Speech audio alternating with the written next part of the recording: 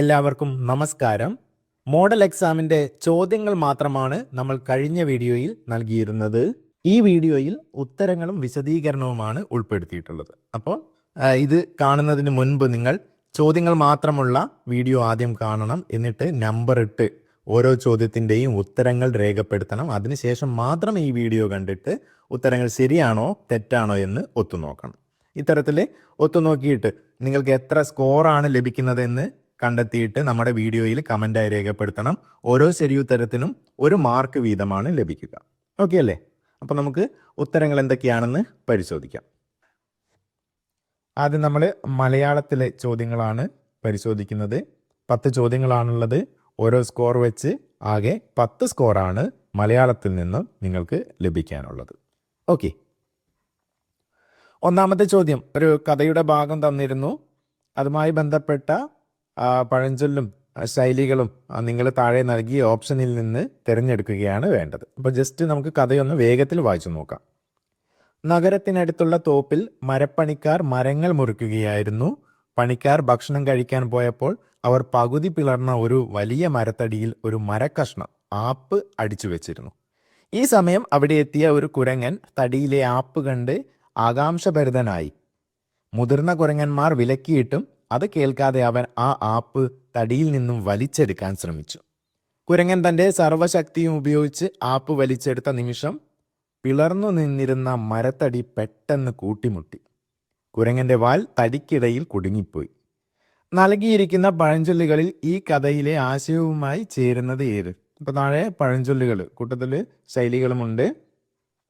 അതിൽ നിന്ന് ഈ കഥയുടെ ആശയവുമായി ബന്ധപ്പെട്ട ഓപ്ഷനാണ് നിങ്ങൾ തിരഞ്ഞെടുക്കേണ്ടത്. ഓക്കെ അല്ലേ? അപ്പോൾ നമുക്ക് ഓരോ ഓപ്ഷനും പരിശോധിക്കാം. ഇവിടെ എന്താണ് കഥയിൽ സംഭവിച്ചത്? ഒരു കുരങ്ങൻ അനാവശ്യമായിട്ട് ഒരു കാര്യം ചെയ്യുകയാണല്ലേ. എന്നിട്ട് ആരാണ് അപകടത്തിൽപ്പെടുന്നത്? ആ കുരങ്ങൻ തന്നെ അപകടത്തിൽപ്പെട്ടു അല്ലേ. അപ്പോൾ അതുമായി യോജിച്ച ചൊല്ലുകളും ശൈലികളും ഏതാണെന്ന് നമ്മൾ കണ്ടെത്തുകയാണ് വേണ്ടത്. ഒന്നാമത്തത് പയ്യെ തിന്നാൽ പനയും തിന്നാം. അപ്പോൾ പഴഞ്ചൊല്ലുകളും ശൈലികളും നമ്മൾ അറിഞ്ഞിരിക്കണം. ഇതിന് വളരെ പരിചിതമായിട്ടുള്ള ഒരു പഴഞ്ചൊല്ലാണ്. എന്താണ് അതിൻ്റെ അർത്ഥം? പയ്യെ തിന്നാൽ പനയും തിന്നാം. പയ്യെ എന്നാൽ മെല്ലെ, പതുക്കെ, സാവധാനം അല്ലേ. അങ്ങനെ തിന്നാൽ പനയും തിന്നാമെന്നാണ് ഇവിടെ വാക്കുകൾ നൽകിയിട്ടുള്ളത്. പക്ഷെ അതിൻ്റെ അർത്ഥം എന്താണ്? ക്ഷമയോടെയും സാവധാനത്തിലും ശ്രദ്ധയോടെയും ഒരു കാര്യം ചെയ്താൽ എത്ര വലിയ ലക്ഷ്യവും നമുക്ക് സാധിക്കാൻ കഴിയും. അതാണ് ആ പയ്യെ തിന്നാൽ പഴവും തിന്നാമെന്നുള്ള പഴഞ്ചൊല്ലിൻ്റെ അർത്ഥം. പക്ഷേ ആ ഒരു ആശയമാണോ ഈ കഥയിലുള്ളത്? അല്ല. ക്ഷമയോടെയും സാവധാനത്തിനും ശ്രദ്ധയോടെ ഒരു കാര്യം ചെയ്താൽ അതിൽ വലിയൊരു ലക്ഷ്യമൊന്നും മുന്നിൽ കണ്ടിട്ട് ഉള്ളൊരു കഥയല്ല ഇവിടെ കൊടുത്തിട്ടുള്ളത് അല്ലേ. അപ്പോൾ ഇത് തെറ്റായൊരു ഓപ്ഷനാണ്. നമ്മൾ തെറ്റവിടെ അടയാളപ്പെടുത്തി വെച്ചു. രണ്ടാമത്തത് കുരങ്ങൻ്റെ കയ്യിലെ പൂമാല. കഥയിലൊരു കുരങ്ങനുണ്ട് എന്ന് വെച്ച് നമ്മൾ ആ കുരങ്ങനെ കണ്ടിട്ട് പെട്ടെന്ന് ഈ ഒരു ഓപ്ഷൻ സെലക്ട് ചെയ്യരുത്. കുരങ്ങൻ്റെ കയ്യിലെ പൂമാല എന്നാൽ എന്താണ് ആ ചൊല്ലിലൂടെ അർത്ഥമാക്കുന്നത്, ശൈലിയിലൂടെ അർത്ഥമാക്കുന്നത്? ഒരു വസ്തുവിൻ്റെ മൂല്യം മനസ്സിലാക്കാൻ കഴിവില്ലാത്ത ഒരാളുടെ കയ്യിൽ അത് ചെന്ന് ചേരുന്ന ഒരു അവസ്ഥയെ പറ്റിയാണ് അതിൽ പറയുന്നത്. ഈ പൂമാല കുരങ്ങനെ കിട്ടിയിട്ട് എന്തെങ്കിലും ആവശ്യമുണ്ടോ? ഇല്ല. അപ്പോൾ എന്താണ്? ഒരു വിലപിടിപ്പുള്ള വസ്തു അല്ലെങ്കിൽ ഒരു മൂല്യം കൂടിയ വസ്തു, അത് എന്തിനാണെന്ന് പോലും അറിയാത്ത അല്ലെങ്കിൽ അത് ഉപയോഗിക്കാൻ അറിയാത്ത ഒരാളുടെ കയ്യിൽ ചെന്ന് ചേർന്നിട്ട് കാര്യമുണ്ടോ? ഇല്ല. അങ്ങനത്തെ ഒരു അവസ്ഥയാണ് ഈ ശൈലിയിലൂടെ ഉദ്ദേശിക്കുന്നത്. അപ്പോൾ അതുമല്ല ഇവിടെയുള്ളത്. വില പിടിച്ച സാധനമൊന്നും നമ്മുടെ കുരങ്ങന് കിട്ടിയിട്ടില്ല അല്ലേ. ഓക്കെ. 3 എലിയെ പേടിച്ച് ഇല്ലം ചുടരുത്.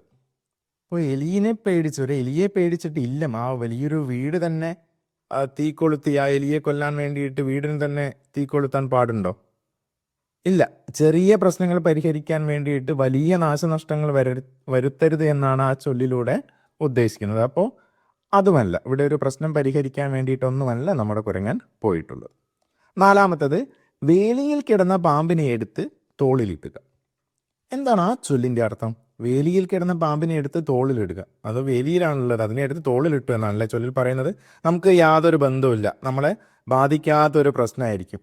അതിൽ അനാവശ്യമായി ഇടപെട്ടിട്ട് ഒരു വലിയ പ്രശ്നം നമ്മുടെ തലയിലാക്കുക, അല്ലെങ്കിൽ ഒരു വലിയ ആപത്ത് സ്വയം വരുത്തി വെക്കുക, അങ്ങനെയുള്ളതിനെ ഉദ്ദേശിച്ചിട്ടാണ് ഈ പഴഞ്ചൊല്ലുള്ളത്. അപ്പം അങ്ങനെ ഒരു സംഭവമല്ലേ. ആ കുരങ്ങനെ ആ മരത്തടിക്ക് ഇടയിൽ വെച്ച് ആപ്പ് എടുക്കേണ്ട എന്തെങ്കിലും ആവശ്യമുണ്ടോ? ഇല്ല. കുരങ്ങനെ ബാധിക്കുന്ന ഒരു കാര്യവുമായിരുന്നില്ല. എന്നിട്ടും അവൻ എന്ത് ചെയ്തു? അതെടുത്തിട്ട് അനാവശ്യമായിട്ട് അതിൽ ഇടപെട്ടിട്ട് വലിയൊരു ആപത്ത്, തൻ്റെ വാലവിടെ കുടുങ്ങിപ്പോയി അല്ലേ, വലിയൊരു ആപത്ത് സ്വയം വരുത്തി വെച്ചതാണ്.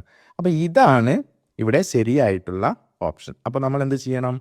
ഓപ്ഷൻ 4 ഇവിടെ സെലക്ട് ചെയ്യേണ്ടത്. ഓക്കെ അല്ലേ? യെസ്. രണ്ടാമത്തെ ചോദ്യം, എല്ല് മുറിയെ പണി ചെയ്താൽ പല്ല് മുറിയെ തിന്നാം എന്ന പഴഞ്ചൊല്ലിന് ഏറ്റവും അനുയോജ്യമായ ആശയം ഏത്? ഇപ്പോൾ ഒരു പഴഞ്ചൊല്ല് നൽകിയിട്ടുണ്ട്. ഏതാണ്? നിങ്ങൾക്ക് പരിചിതമായിരിക്കാം. എല്ല് മുറിയെ പണി ചെയ്താൽ പല്ല് മുറിയെ തിന്നാം. എന്താണ് അതിൻ്റെ ആശയം? നമുക്ക് ആ വാക്കുകളുടെ അർത്ഥം എന്താണെന്നൊന്ന് നോക്കാം. എല്ല് മുറിയെ പണി ചെയ്താൽ, അതായത് എല്ല് മുറിയുന്നത് വരെ, അതായത് നന്നായിട്ട് പണി ചെയ്ത് കഴിഞ്ഞാൽ പല്ല് മുറിയെ തിന്നാം, അതായത് പല്ല് മുറിഞ്ഞു പോകുന്നത് വരെ, അതായത് വളരെ നന്നായിട്ട് കുറേ സമയം നല്ലതുപോലെ ഭക്ഷണം കഴിക്കാം എന്നതാണ് അതിൻ്റെ വാക്കുകളുടെ അർത്ഥം. പക്ഷേ നമ്മൾ വാക്കുകളുടെ അർത്ഥമല്ല ഒരു പഴഞ്ചൊല്ലിൻ്റെ ആശയമായിട്ട് കണക്കാക്കുന്നത്. അങ്ങനെയല്ലേ? അപ്പോൾ എന്താണ് അതിനുള്ളിൽ ഒളിഞ്ഞിരിക്കുന്ന ആശയം എന്ന് നമുക്ക് താഴെ തന്നിരിക്കുന്ന ഓപ്ഷനുകളിൽ നിന്ന് തിരഞ്ഞെടുക്കണം. ഏറ്റവും അനുയോജ്യമായിട്ടുള്ള ഓപ്ഷൻ വേണം നമ്മൾ തിരഞ്ഞെടുക്കാൻ. ഓക്കെ. 1, നന്നായി ജോലി ചെയ്താൽ നല്ല ഭക്ഷണം കഴിക്കാം. എല്ലുമുറിയെ പണി ചെയ്താൽ പല്ലുമുറിയെ തിന്നാം.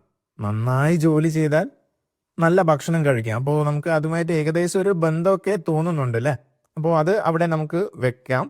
എന്നിട്ട് അനുയോജ്യമായ വേറെ ഏതെങ്കിലും ഓപ്ഷൻ ഉണ്ടോ എന്നുള്ളത് കണ്ടെത്തിയതിന് ശേഷം, പരിശോധിച്ചതിന് ശേഷം ഉത്തരം ഏതാണെന്ന് തിരഞ്ഞെടുക്കാം. എല്ല് പൊട്ടിയാൽ ചികിത്സ വേണമെന്നാണ് രണ്ടാമത്തത്.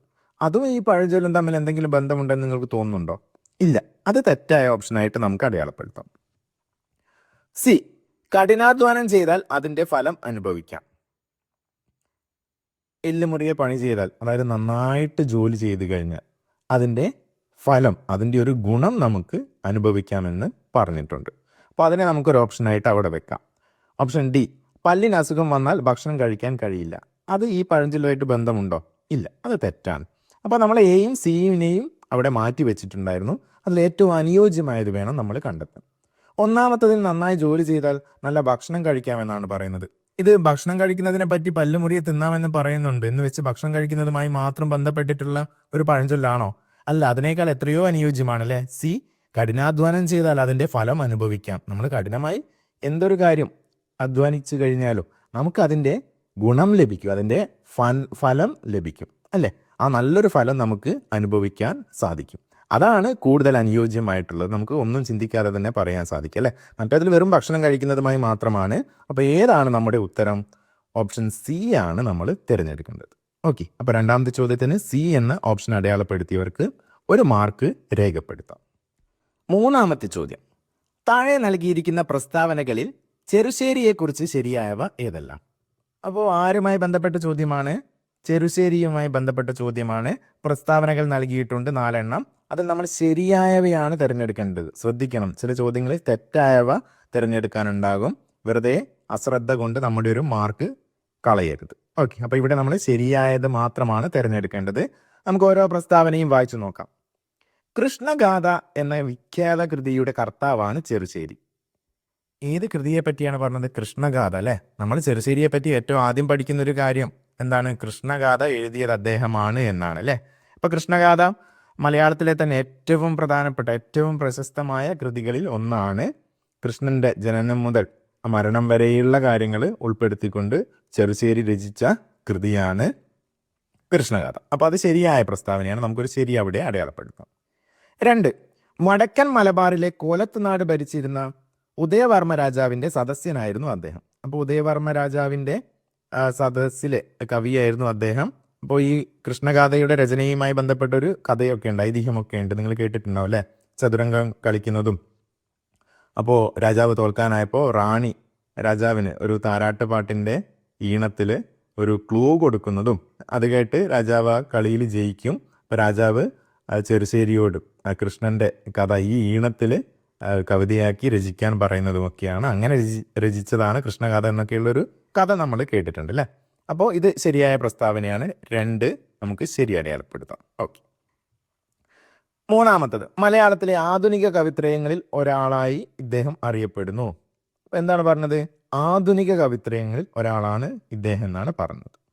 ആധുനിക കവിത്രയത്തിൽ ഉൾപ്പെടുന്നത് ആരൊക്കെയാണ്? ആശാൻ, ഉള്ളൂർ, വള്ളത്തോളാണ് അല്ലേ? പക്ഷേ ഇവിടെ പറഞ്ഞത് ശരിയാണോ? അല്ല. ചെറുശ്ശേരി ആ ആധുനിക കവിത്രയത്തിൽ ഉൾപ്പെടുന്ന ആളാണോ? അല്ല. പകരം എന്തിൽ ഉൾപ്പെടുന്ന ആളാണ്? പ്രാചീന കവിത്രയത്തിൽ ഉൾപ്പെടുന്ന ആളാണ്. പ്രാചീന കവിത്രയത്തിൽ ആരൊക്കെയാണ്? ചെറുശ്ശേരി, കുഞ്ചൻ നമ്പ്യാർ, എഴുത്തച്ഛൻ. അപ്പോൾ മൂന്നാമത്തത് തെറ്റായ പ്രസ്താവനയാണ്. അപ്പോൾ നമ്മൾ ശ്രദ്ധിക്കാതെ കവിത്രയം കണ്ടപ്പോൾ ശരിയിട്ടിരുന്നെങ്കിൽ നമ്മുടെ ഒരു മാർക്ക് പോവുമായിരുന്നു.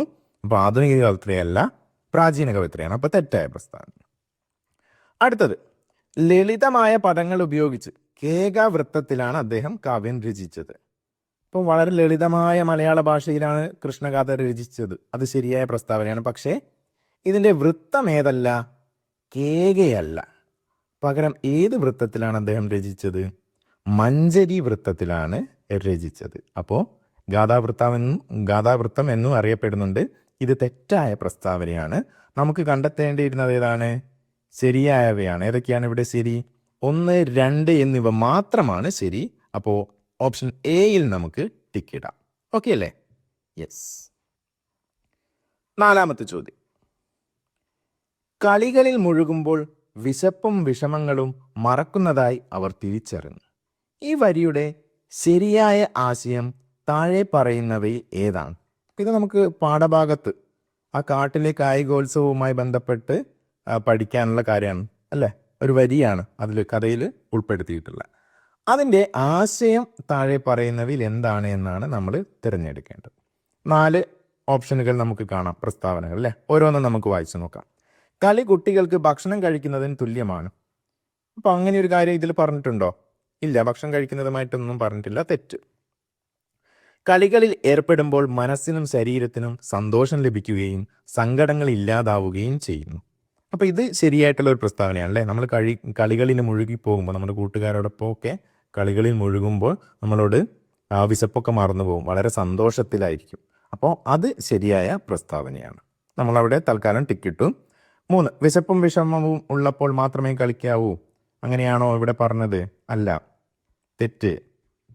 ഡി, കളി കഴിഞ്ഞാൽ കൂടുതൽ വിഷമം അനുഭവപ്പെടും. അങ്ങനെയും ഇവിടെ പറഞ്ഞിട്ടില്ല. അപ്പോൾ നമ്മുടെ ഓപ്ഷൻ ഏതാണ്?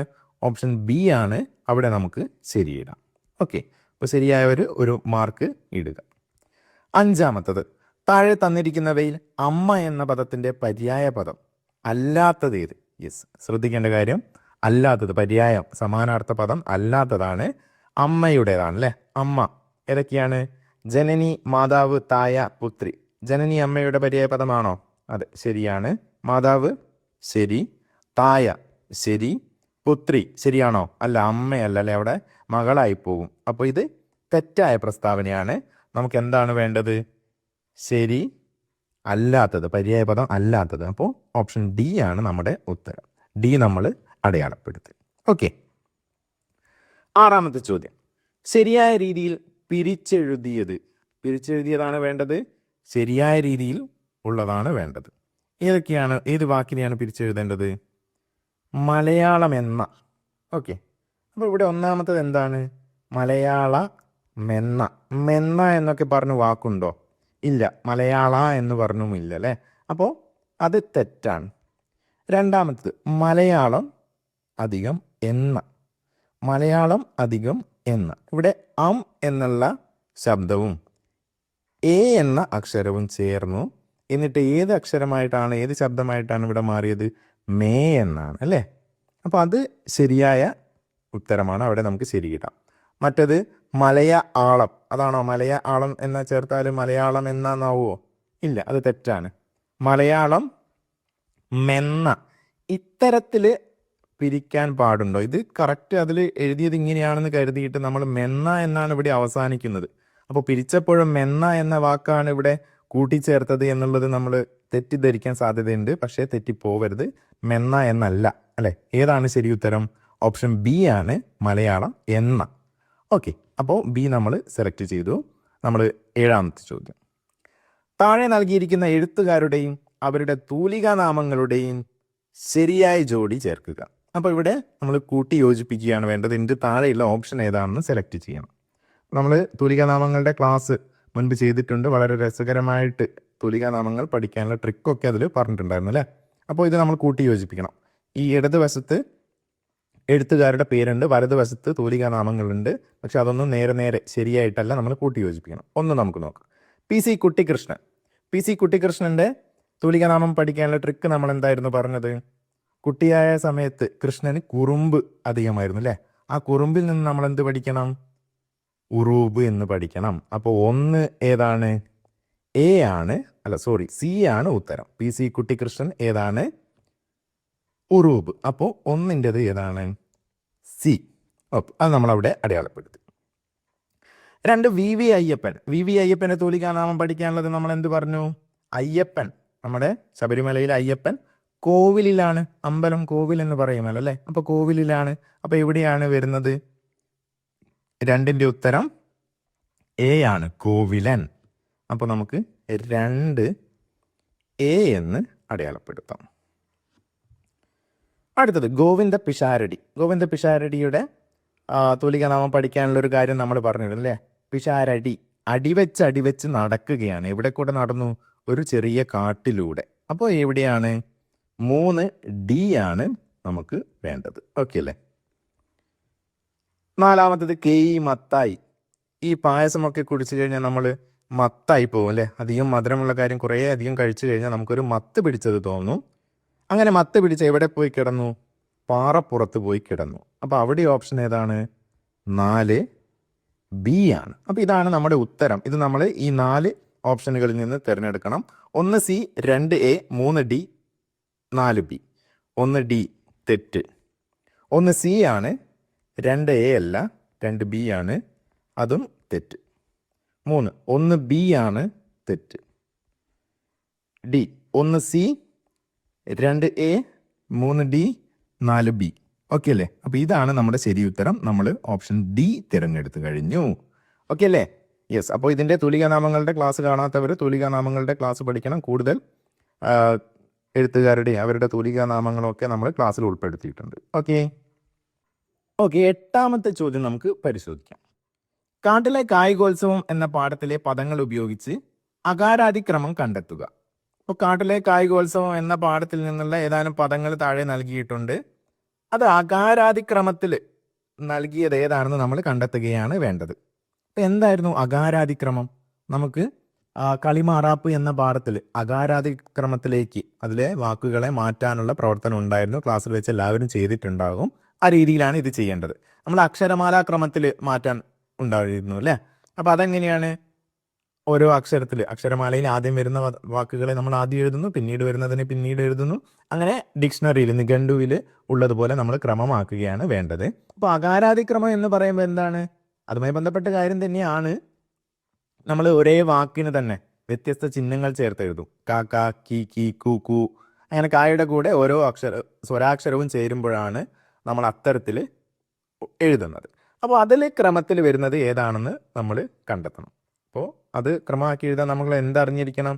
ഈ സ്വരാക്ഷരങ്ങൾ ചേർന്ന് വരുന്നതാണല്ലോ. അപ്പോൾ സ്വരാക്ഷരങ്ങൾ അറിഞ്ഞിരിക്കണം. നമുക്ക് സ്വരാക്ഷരങ്ങൾ ജസ്റ്റ് ഒന്ന് എഴുതി വെക്കാം. ആ, ഈ, ഈ, ഉ, ഊ, ഋ, എ, ഐ, ഓ, ഓ, ഔ, അ. ഓക്കെ. അപ്പോൾ നമ്മൾ സ്വരാക്ഷരങ്ങൾ ഇവിടെ എഴുതി. അപ്പോൾ ഈ വാക്കുകൾ നമുക്കൊന്ന് പരിശോധിക്കാം. കുരങ്ങൻ ഏതിലാണ് തുടങ്ങുന്നത്? ക എന്ന അക്ഷരത്തിലാണ്. കു എന്നാണ് അവിടെ വരുന്നത് അല്ലേ? കായികോത്സവം അവിടെയും കാ തന്നെയാണ്, പക്ഷേ കാ എന്ന് വരുന്നു. 3-മത്തേത് കളിയാണ്, അവിടെ വെറും കാ മാത്രമേ ഉള്ളൂ. 4-മത്തേത് കൊമ്പ്, അവിടെയും കായാണ്, പക്ഷേ സ്വരങ്ങൾ ചേർത്തിട്ട് കോ എന്നായിട്ട് മാറുന്നുണ്ട് അല്ലേ? അപ്പോൾ ഈ വാക്കുകൾ പരസ്പരം അങ്ങോട്ടും ഇങ്ങോട്ടും മാറ്റിയിട്ടിട്ടുണ്ട്. ഇതിൽ ഏതാണ് ഈ അകാരാദിക്രമത്തിലുള്ളത് എന്നാണ് നമ്മൾ കണ്ടെത്തേണ്ടത്. അതിനെ കണ്ടെത്താൻ വേണ്ടിയിട്ട് നമ്മൾ ഈ അക്ഷരത്തിൻ്റെ കൂടെ കായുടെ കൂടെ സ്വരങ്ങൾ ചേർത്ത് എഴുതുമ്പോൾ ഏതാണ് ആദ്യം വരുന്നത് അതിനെ വേണം ആദ്യം എഴുതാൻ. അപ്പോൾ ഓരോ വാക്കിൻ്റെയും തുടക്കത്തിലുള്ള അക്ഷരങ്ങൾ നമുക്ക് എഴുതി വെക്കാം. കു, കാ, കളിയുടെ കാ, കൊമ്പിൻ്റെ കൊ.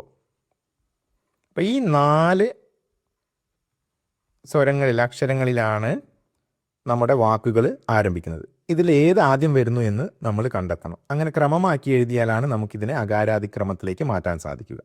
അപ്പോൾ നമ്മുടെ ആദ്യത്തെ സ്വരാക്ഷരമായ ആ കായുടെ കൂടെ ചേർന്ന് കഴിഞ്ഞാൽ എന്ത് വരും? കാ എന്നുള്ള അക്ഷരം ലഭിക്കും അല്ലേ? അപ്പോൾ അതാണ് ഏറ്റവും ആദ്യം വരേണ്ടത്. അപ്പോൾ ഒന്നാമത് നമുക്ക് ആ കായിൽ തുടങ്ങുന്ന വാക്കിനെയാണ് എഴുതേണ്ടത്. പിന്നീടുള്ള ഏതൊക്കെയാണുള്ളത്? കൂ ഉണ്ട്, കാ ഉണ്ട്, കോ. അതിൽ രണ്ടാമത്തത് ആ എന്ന അക്ഷരം കായുടെ കൂടെ ചേർന്നാൽ എന്ത് വരും? കാ എന്നാണ് വരിക. അപ്പോൾ കാ എന്ന് വരുന്നത് എവിടെയുണ്ട്? ഇവിടെയുണ്ട്. അപ്പോൾ അത് വേണം എത്രാമത്തത്? പിന്നീട് രണ്ടാമത് വരാനുള്ളത്. പിന്നെ ഈ ചേർന്നാൽ എന്ത് വരും? കായുടെ കൂടെ ചേർന്നാൽ കീ വരും. അതുണ്ടോ? ഇല്ല. ഇനി ഈ എന്ന് ചേർന്നാലോ? കീ എന്ന് വരും. ഊ ചേർന്നാലോ? കു എന്ന് വരും. യെസ്, കു എന്നുള്ള അക്ഷരം നമുക്ക് ഇവിടെയുണ്ട്. വാക്കിവിടെ അക്ഷരമുണ്ട് അല്ലേ? ശബ്ദമുണ്ട്. അപ്പോൾ അത് നമ്മൾ മൂന്നാമത് എടുത്തെഴുതണം. ഇവിടെ ചേർന്നാൽ ഊ ചേർന്നാൽ കൂ എന്ന് വരും. റ് ചേർന്നാൽ എന്ത് വരും? കൃ എന്ന് വരും. എ ആണെങ്കിലോ കെ വരും. എ ആണെങ്കിലോ കെ എന്ന് വരും. ഐ ആണെങ്കിലോ കൈ വരും. ഓ ആണെങ്കിലോ കോ വരും. യെസ്, കോയാണ് നമുക്ക് ഇവിടെ വേണ്ടത്. അപ്പോൾ അത് എത്രാമത് വരണം? നാലാമത് വരണം. അപ്പോൾ ഫസ്റ്റ് വരേണ്ടത് ഏതാണ്? ക എന്നുള്ള അക്ഷരത്തിൽ തുടങ്ങുന്നതാണ്. കളിയാണ് ആ വാക്കിലെ. കളി വരുന്നത് തുടക്കത്തിൽ വരുന്ന ഏതാണ്? ഓപ്ഷൻ ബിയിലാണ്. കളി ഇവിടെ ഒന്നാമത് വന്നു. രണ്ടാമത് നമ്മൾ നമ്പർ ഇവിടെ ഇട്ട് വെച്ചു അല്ലേ? കാ എന്നാണ് വേണ്ടത്. കായികോത്സവം കായാണ് വരുന്നത്. അതാണ് രണ്ടാമതുള്ളത്. ഓക്കെയാണ്. മൂന്നാമത് നമ്മൾ നമ്പർ ഇട്ടു കു, കുരങ്ങൻ. യെസ്, മൂന്നാമത് വന്നു. നാലാമത് കോ, കൊമ്പ്. അതാണ് ഇവിടെ നാലാമത് വന്നിട്ടുള്ളത്. അപ്പോൾ നമ്മുടെ ഓപ്ഷൻ ഏതാണ്? ബി ആണ്. അപ്പോൾ ബി വേണം നമ്മൾ തിരഞ്ഞെടുക്കാൻ. അപ്പോൾ ബി എന്ന ഓപ്ഷൻ നമ്മൾ തിരഞ്ഞെടുത്ത് കഴിഞ്ഞു. അപ്പോൾ ബി എന്ന് എഴുതിയവർക്ക് 1 മാർക്ക് ഇടാം. ഓക്കെ അല്ലേ? 9ാമത് ചോദ്യം. താഴെ പറയുന്നവയിൽ പഞ്ചേന്ദ്രിയങ്ങളിൽ ഒന്നായ കണ്ണ് പറയാൻ സാധ്യതയുള്ളത് ഏത്? അപ്പോൾ നമ്മുടെ ഒരു പാഠത്തിലുണ്ടായിരുന്നു അല്ലേ, ഓരോ പഞ്ചേന്ദ്രിയത്തെ പറ്റി പഠിക്കാനും അവർ നമ്മളോട് പറയുന്ന കാര്യങ്ങൾ എന്തൊക്കെയാണ്, അവരെന്താണ് അനുഭവിച്ചറിയുന്നത് എന്നൊക്കെ. അപ്പോൾ പഞ്ചേന്ദ്രിയം എന്താണ്? നമ്മൾ ഈ പഞ്ചേന്ദ്രിയങ്ങൾ 5 അവയവങ്ങൾ ഉപയോഗിച്ചിട്ടാണ് നമ്മുടെ ചുറ്റുപാടിൽ നിന്ന് എല്ലാ കാര്യങ്ങളും മനസ്സിലാക്കുന്നത്. ഏതൊക്കെയാണ്? കണ്ണ്, മൂക്ക്, നാക്ക്, ചെവി, ത്വക്ക്. സെൻസറി ഓർഗൻസ് അല്ലേ? 5 സെൻസസ്. അപ്പോൾ അതുമായി ബന്ധപ്പെട്ട് ഒരു സെൻസറി ഓർഗനായ കണ്ണ് പറയാൻ സാധ്യതയുള്ള കാര്യം, പൂവുകൾക്ക് നല്ല മണമാണെന്ന് ഈ കണ്ണിന് അറിയാൻ സാധിക്കുമോ? ഇല്ല. മണമാണെന്ന് നമ്മൾ മൂക്ക് വഴിയാണ് അറിയുന്നത്. അപ്പോൾ ഇത് തെറ്റായ ഓപ്ഷനാണ്. പൂമ്പാറ്റയ്ക്ക് നല്ല ഭംഗിയാണെന്ന്. പൂമ്പാറ്റയുടെ ഭംഗി നമ്മൾ എങ്ങനെയാണ് അറിയുന്നത്? കണ്ടിട്ടാണ് അല്ലേ? അപ്പോൾ അത് കണ്ണിന് പറയാം. ശരി. തേനിന് നല്ല മധുരമാണെന്ന്. മധുരം നമ്മൾ അറിയുന്നത് കണ്ണുകൊണ്ടാണോ? അല്ല, നാക്ക് കൊണ്ടാണ്. അപ്പോൾ ഇത് തെറ്റാണ്. ഡി, കുയിൽ നല്ല പാട്ടാണെന്ന്. കുയിലിൻ്റെ പാട്ട് നമ്മൾ കേൾക്കുന്നത് എങ്ങനെയാണ്? ചെവി കൊണ്ടാണ് അല്ലേ? അപ്പോൾ ഇതും തെറ്റാണ്. അപ്പോൾ ഇവിടെ നമ്മുടെ ഓപ്ഷൻ ഏതാണ്? ഓപ്ഷൻ ബി ആണ് നമ്മുടെ ഉത്തരം. കണ്ണ് പറയാൻ സാധ്യതയുള്ളത് ഏതാണ്? പൂമ്പാറ്റയ്ക്ക് നല്ല ഭംഗിയാണെന്ന്. ഓക്കെ. മലയാളത്തിലെ അവസാനത്തെ ചോദ്യം നമുക്ക് നോക്കാം. 10ാമത്തെ ചോദ്യം. പക്ഷി ആകാശത്ത് പറക്കുന്നു. ഈ വാക്യത്തിൽ കർത്താവ് ആര്? അപ്പോൾ കർത്താവ് എന്താണ്? അത് നമുക്കൊരു പാഠത്തിൽ പഠിക്കാനുണ്ടായിരുന്നു. കർത്താവ്, ക്രിയ, കർമ്മം. കർത്താവ് എന്നാൽ എന്താണ്? ഒരു പ്രവൃത്തി ചെയ്യുന്ന അല്ലെങ്കിൽ ക്രിയ ചെയ്യുന്നത് ആരാണോ അയാളാണ് കർത്താവ്. ക്രിയ എന്നാൽ എന്തായിരുന്നു? നമ്മൾ ചെയ്യുന്ന പ്രവൃത്തിയാണ് ക്രിയ. കർമ്മം എന്നാലോ ഈ കർത്താവ് ചെയ്യുന്ന പ്രവൃത്തിയുടെ ഫലം അനുഭവിക്കുന്നത് എന്താണോ അല്ലെങ്കിൽ ആരാണോ അതൊക്കെയാണ് കർമ്മമായിട്ട് വരുന്നത്. എന്തിനെ, ആരെ എന്നുള്ള ചോദ്യത്തിനൊക്കെ ഉത്തരമായിട്ടൊക്കെ വരുന്നതിനെ കർമ്മമായിട്ട് വരും. നമുക്ക് ആഴത്തിലൊന്നും പഠിക്കാനില്ല, എങ്കിലും കർത്താവ് എന്ത്, ക്രിയ എന്ത്, കർമ്മം ഏത്, അതൊക്കെ നമുക്ക് ജസ്റ്റ് ഒന്ന് പഠിക്കാൻ നമ്മുടെ പാഠപുസ്തകത്തിലുള്ള ടീച്ചർ ടെക്സ്റ്റിൽ പറയുന്നുണ്ട്. അതനുസരിച്ച് നമ്മൾ ക്ലാസ്സിൽ നിന്ന് ചെയ്തിട്ടുണ്ടാവും. ഓക്കെ. അപ്പോൾ ഇവിടെ ക്രിയ എന്താണ്? പറക്കുന്നു എന്നുള്ളതാണ് അല്ലേ? ആ ക്രിയ ചെയ്യുന്ന ആളാണല്ലോ കർത്താവ്. അപ്പോൾ ആരാണ് ഇവിടെ ആ ക്രിയ ചെയ്യുന്നത്? പറക്കുന്നു എന്നുള്ള ക്രിയ ചെയ്യുന്നത് പക്ഷിയാണ്. അപ്പോൾ പക്ഷിയാണ് ഇവിടുത്തെ കർത്താവ്. ഓക്കെ അല്ലേ? യെസ്. അപ്പോൾ അത് നമ്മൾ ഉത്തരമായിട്ട് തിരഞ്ഞെടുത്ത് കഴിയും. ഇത്തരത്തിൽ മലയാളത്തിൽ 10 ചോദ്യമാണുള്ളത്. അപ്പോൾ എത്ര സ്കോർ നിങ്ങൾ കിട്ടിയിട്ടുണ്ടെന്ന് നിങ്ങൾ അവിടെ അടയാളപ്പെടുത്തി വെക്കുക. നമുക്കിനി അടുത്ത വിഷയത്തിലെ ചോദ്യങ്ങളുടെ ഉത്തരങ്ങൾ പരിശോധിക്കാം. ഓക്കെ. അടുത്തതായി നമുക്ക് ഇംഗ്ലീഷിൽ നിന്നുള്ള ചോദ്യങ്ങളുടെ ഉത്തരങ്ങൾ പരിശോധിക്കാം. Okay. Question. Why did the fireman call ദിൽനയെ റിയൽ ഹീറോ? നമുക്കറിയാം സ്റ്റോറിയിൽ ദിൽനയെ ഫയർമാൻ എന്ത് വിളിക്കുന്നുണ്ടായിരുന്നു? Real hero.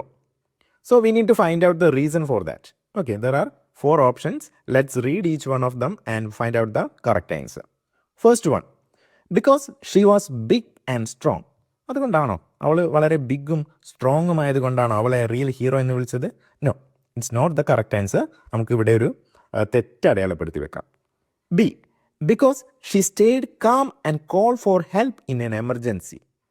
Yes, if you remember the story, we know that there was an emergency in Dilna's home. What was that? Her mother fainted.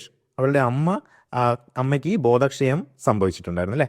Then what did she do? അവൾ എന്തായിരുന്നു ചെയ്തത്? She called for help by dialing 101. Yes, അവൾ എന്ത് ചെയ്തു? അവൾക്കൊരു ഓർമ്മ വന്നു അല്ലേ, അമ്മുമ്മയുടെ കൂടെ മുത്തശ്ശിയുടെ കൂടെ കളിച്ചിരുന്ന കളിയുടെ. അപ്പോൾ മുത്തശ്ശി പറഞ്ഞിരുന്നു എന്തെങ്കിലും എമർജൻസി സിറ്റുവേഷൻ വന്നു കഴിഞ്ഞാൽ 101 വിളിച്ച് സഹായത്തിന് പറയാനാണ്. അപ്പോൾ ഇവൾ എന്ത് ചെയ്തു? അവൾ ശാന്തമായി നിന്നു. അവൾ പേടിച്ചില്ല അല്ലേ. ആ ഒരു സമയത്ത് അവൾ പേടിക്കുകയോ എന്താണ് ചെയ്യേണ്ടതെന്ന് അറിയാതെ നിന്നു പോവുകയോ ചെയ്തില്ല. She stayed calm and call for help in an emergency. അവൾ വളരെ ശാന്തമായി നിന്നിട്ട് ആ ഒരു സമയത്ത്, എമർജൻസിയുടെ സമയത്ത് സഹായത്തിന് വേണ്ടി വിളിച്ചു.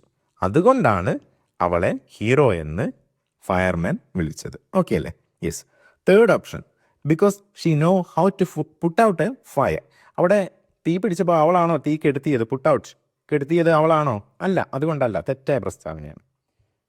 Because she finished her cookies. അവളുടെ കുക്കീസൊക്കെ ഫിനിഷ് ചെയ്ത് എല്ലാ കുക്കീസും തിന്ന് തീർന്നത് കൊണ്ടാണ് റിയൽ ഹീറോ എന്ന് വിളിച്ചത്. അല്ല, അതൊന്നുമല്ല. അവിടെ ഫയറും ഇല്ലായിരുന്നു, കുക്കി തിന്നത് കൊണ്ടോ അല്ല അല്ലേ. എന്തുകൊണ്ടായിരുന്നു?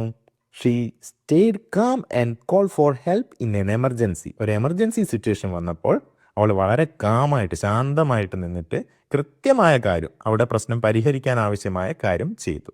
ഓക്കെ അല്ലേ? അപ്പോൾ ഓപ്ഷൻ ഏതാണ്? ബി ആണ് correct answer.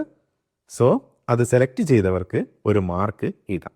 Next question, rearrange the words to make a meaningful sentence. So here are some words.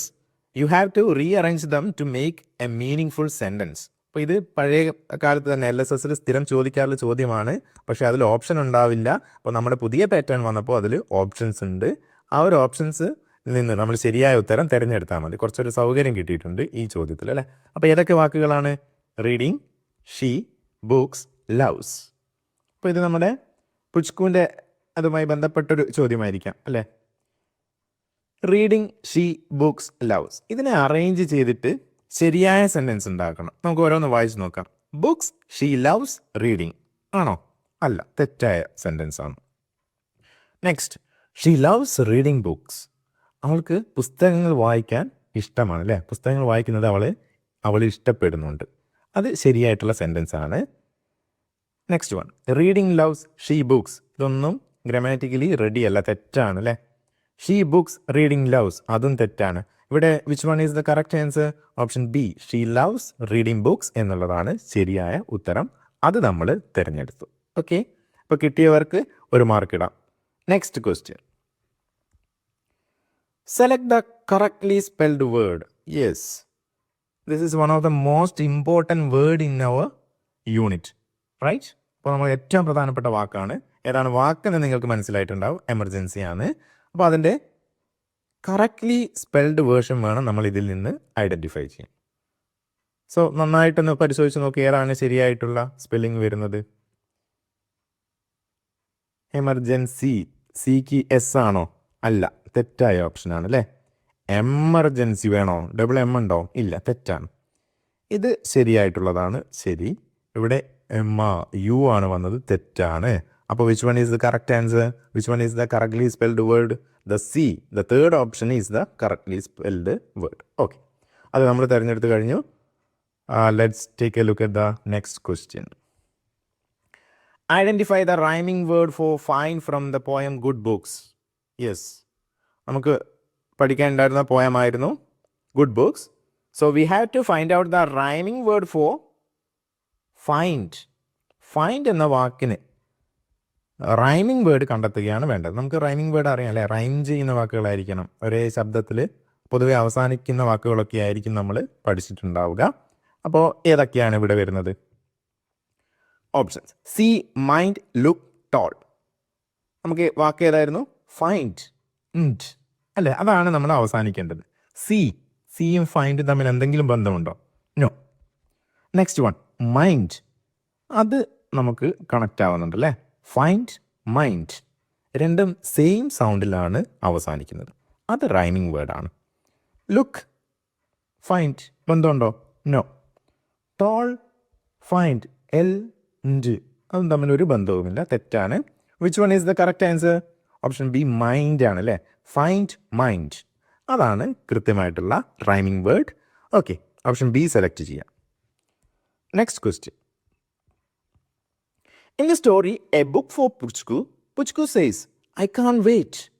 This shows she is bored, angry, excited, tired. നമ്മുടെ പുച്കുവിൻ്റെ കഥയിൽ പുച്കു പറയുന്ന കാര്യമാണ് ഇവിടെ പറഞ്ഞത്. എന്താണ്? I can wait. എനിക്കെന്താണ് കാത്തു നിൽക്കാൻ കഴിയുന്നില്ല, എനിക്ക് ഐ കാൻ വെയിറ്റ്. അതിൽ അവളുടെ ഏത് ഇമോഷനാണ് വരുന്നത് എന്നാണ് നമ്മൾ കണ്ടെത്തേണ്ടത്. ബോർഡ്, ബോറടിച്ച് നിൽക്കുകയാണോ? മടുത്ത് നിൽക്കുകയാണോ? നോ. ആംഗ്രി, ദേഷ്യപ്പെട്ട് നിൽക്കുകയാണോ? നോ. എക്സൈറ്റഡ്, അവൾ വളരെ എക്സൈറ്റഡ് അല്ലേ? അതുകൊണ്ടല്ലേ ഐ കാൻ വെയിറ്റ്. ആ പുസ്തകം വായിക്കാൻ അവൾക്ക് കാത്തു നിൽക്കാൻ സാധിക്കുന്നില്ല, വളരെ പെട്ടെന്ന് തന്നെ അവൾക്കത് ചെയ്യണം. അവിടെ എക്സൈറ്റഡ് ആണ് കറക്റ്റ് ആൻസർ. ടയേർഡ്, ക്ഷീണിതയാണ് അല്ലേ? അതുമല്ല. അപ്പോൾ option C is the correct answer, excited. Okay, next question. So there is A story. ഈ സ്റ്റോറിയെ ബേസ് ചെയ്തിട്ടാണ് ഇനി വരുന്ന 5 ചോദ്യങ്ങളും അല്ലേ? അപ്പോൾ ഈ സ്റ്റോറി നന്നായിട്ട് നിങ്ങൾ വായിച്ചിട്ടുണ്ടാകും. ചോദ്യങ്ങൾ ചെയ്യുന്ന സമയത്ത് നല്ല പോലെ നിങ്ങൾ വായിച്ചു കഴിഞ്ഞിട്ടുണ്ടാകും. എങ്കിൽ നമുക്ക് ജസ്റ്റ് ഒന്ന് വായിക്കാം അല്ലേ? Okay, let's read the story. What is the name of the story? The clever and. Okay. One sunny morning, a tiny ant named Pip found a large piece of chocolate near a pond. It was too heavy for Pip to carry alone. He tried to lift it, but he failed. Pip did not give up. He ran to his anthill and touched Anthony with his friends. Soon, a long line of ants followed him. They worked together to carry the chocolate. On the way, it started raining. The ants did not leave the chocolate. They stayed calm and moved faster. Finally, they reached the anthill safely. They shared the sweet treasure with everyone. Okay, അപ്പോൾ ഇതാണ് നമ്മുടെ story. എല്ലാവരും നല്ല രീതിയിൽ വായിച്ചിട്ടുണ്ടാകും നമ്മുടെ ചോദ്യങ്ങൾ കിട്ടിയ സമയത്ത്. ഇതിനെ ബേസ് ചെയ്തിട്ടുള്ള ഓരോ ചോദ്യവും നമുക്ക് പരിശോധിക്കാം. Okay, so the first question. Choose the correct statement about Pip's leadership.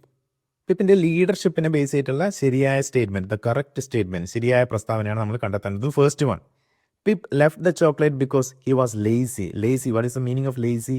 മടിയൻ. മടിയായതുകൊണ്ടാണോ പിപ്പ് ആ ചോക്ലേറ്റിനെ അവിടെ ഒഴിവാക്കിയിട്ട് ഫസ്റ്റ് പോയത്? No, it was too big. So this is a wrong statement. നമുക്കവിടെ തെറ്റിട്ട് പോകാം. Second one, Pip is a leader because he showed his friends where the food was and worked with them. അല്ലേ? ഇതിവിടെ പറഞ്ഞത് ശരിയായതല്ലേ? He's A leader, അത് അവനൊരു നേതാവല്ലേ? എന്തുകൊണ്ട്?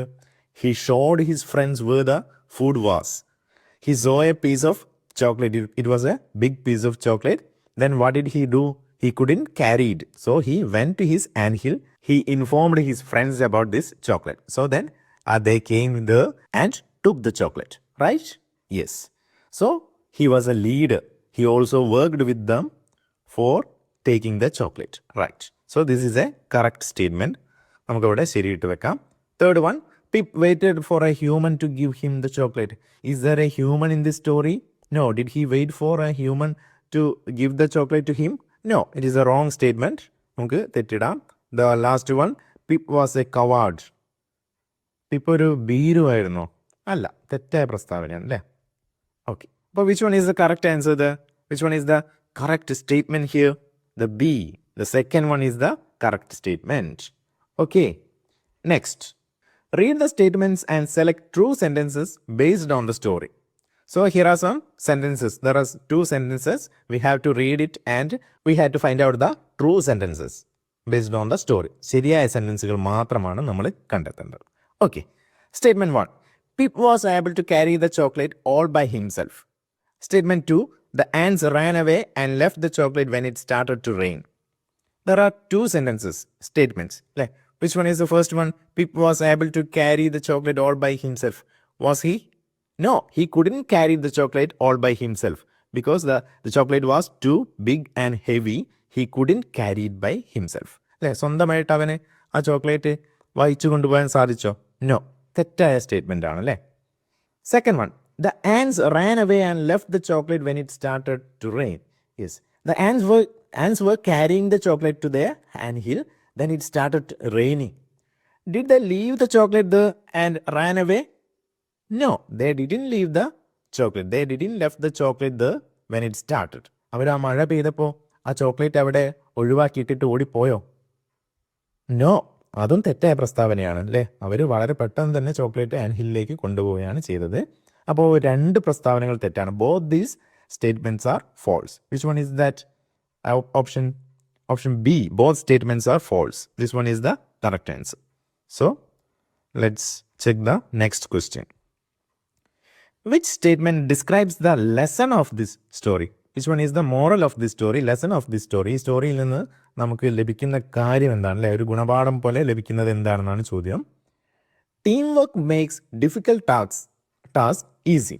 ടീം വർക്ക്, ഒന്നായിട്ട് പ്രവർത്തിക്കുന്നത്, ഈ ബുദ്ധിമുട്ടുള്ള പ്രവർത്തനങ്ങൾ പോലും ഈസിയാക്കി മാറ്റുമെന്നാണ് പറഞ്ഞത്. ശരിയാണോ? അതെ, ഇവിടെ പിപ്പ് ഒറ്റയ്ക്ക് ശ്രമിച്ചപ്പോൾ അവന് കൊണ്ടുപോകാൻ സാധിച്ചോ? No. Then what happened?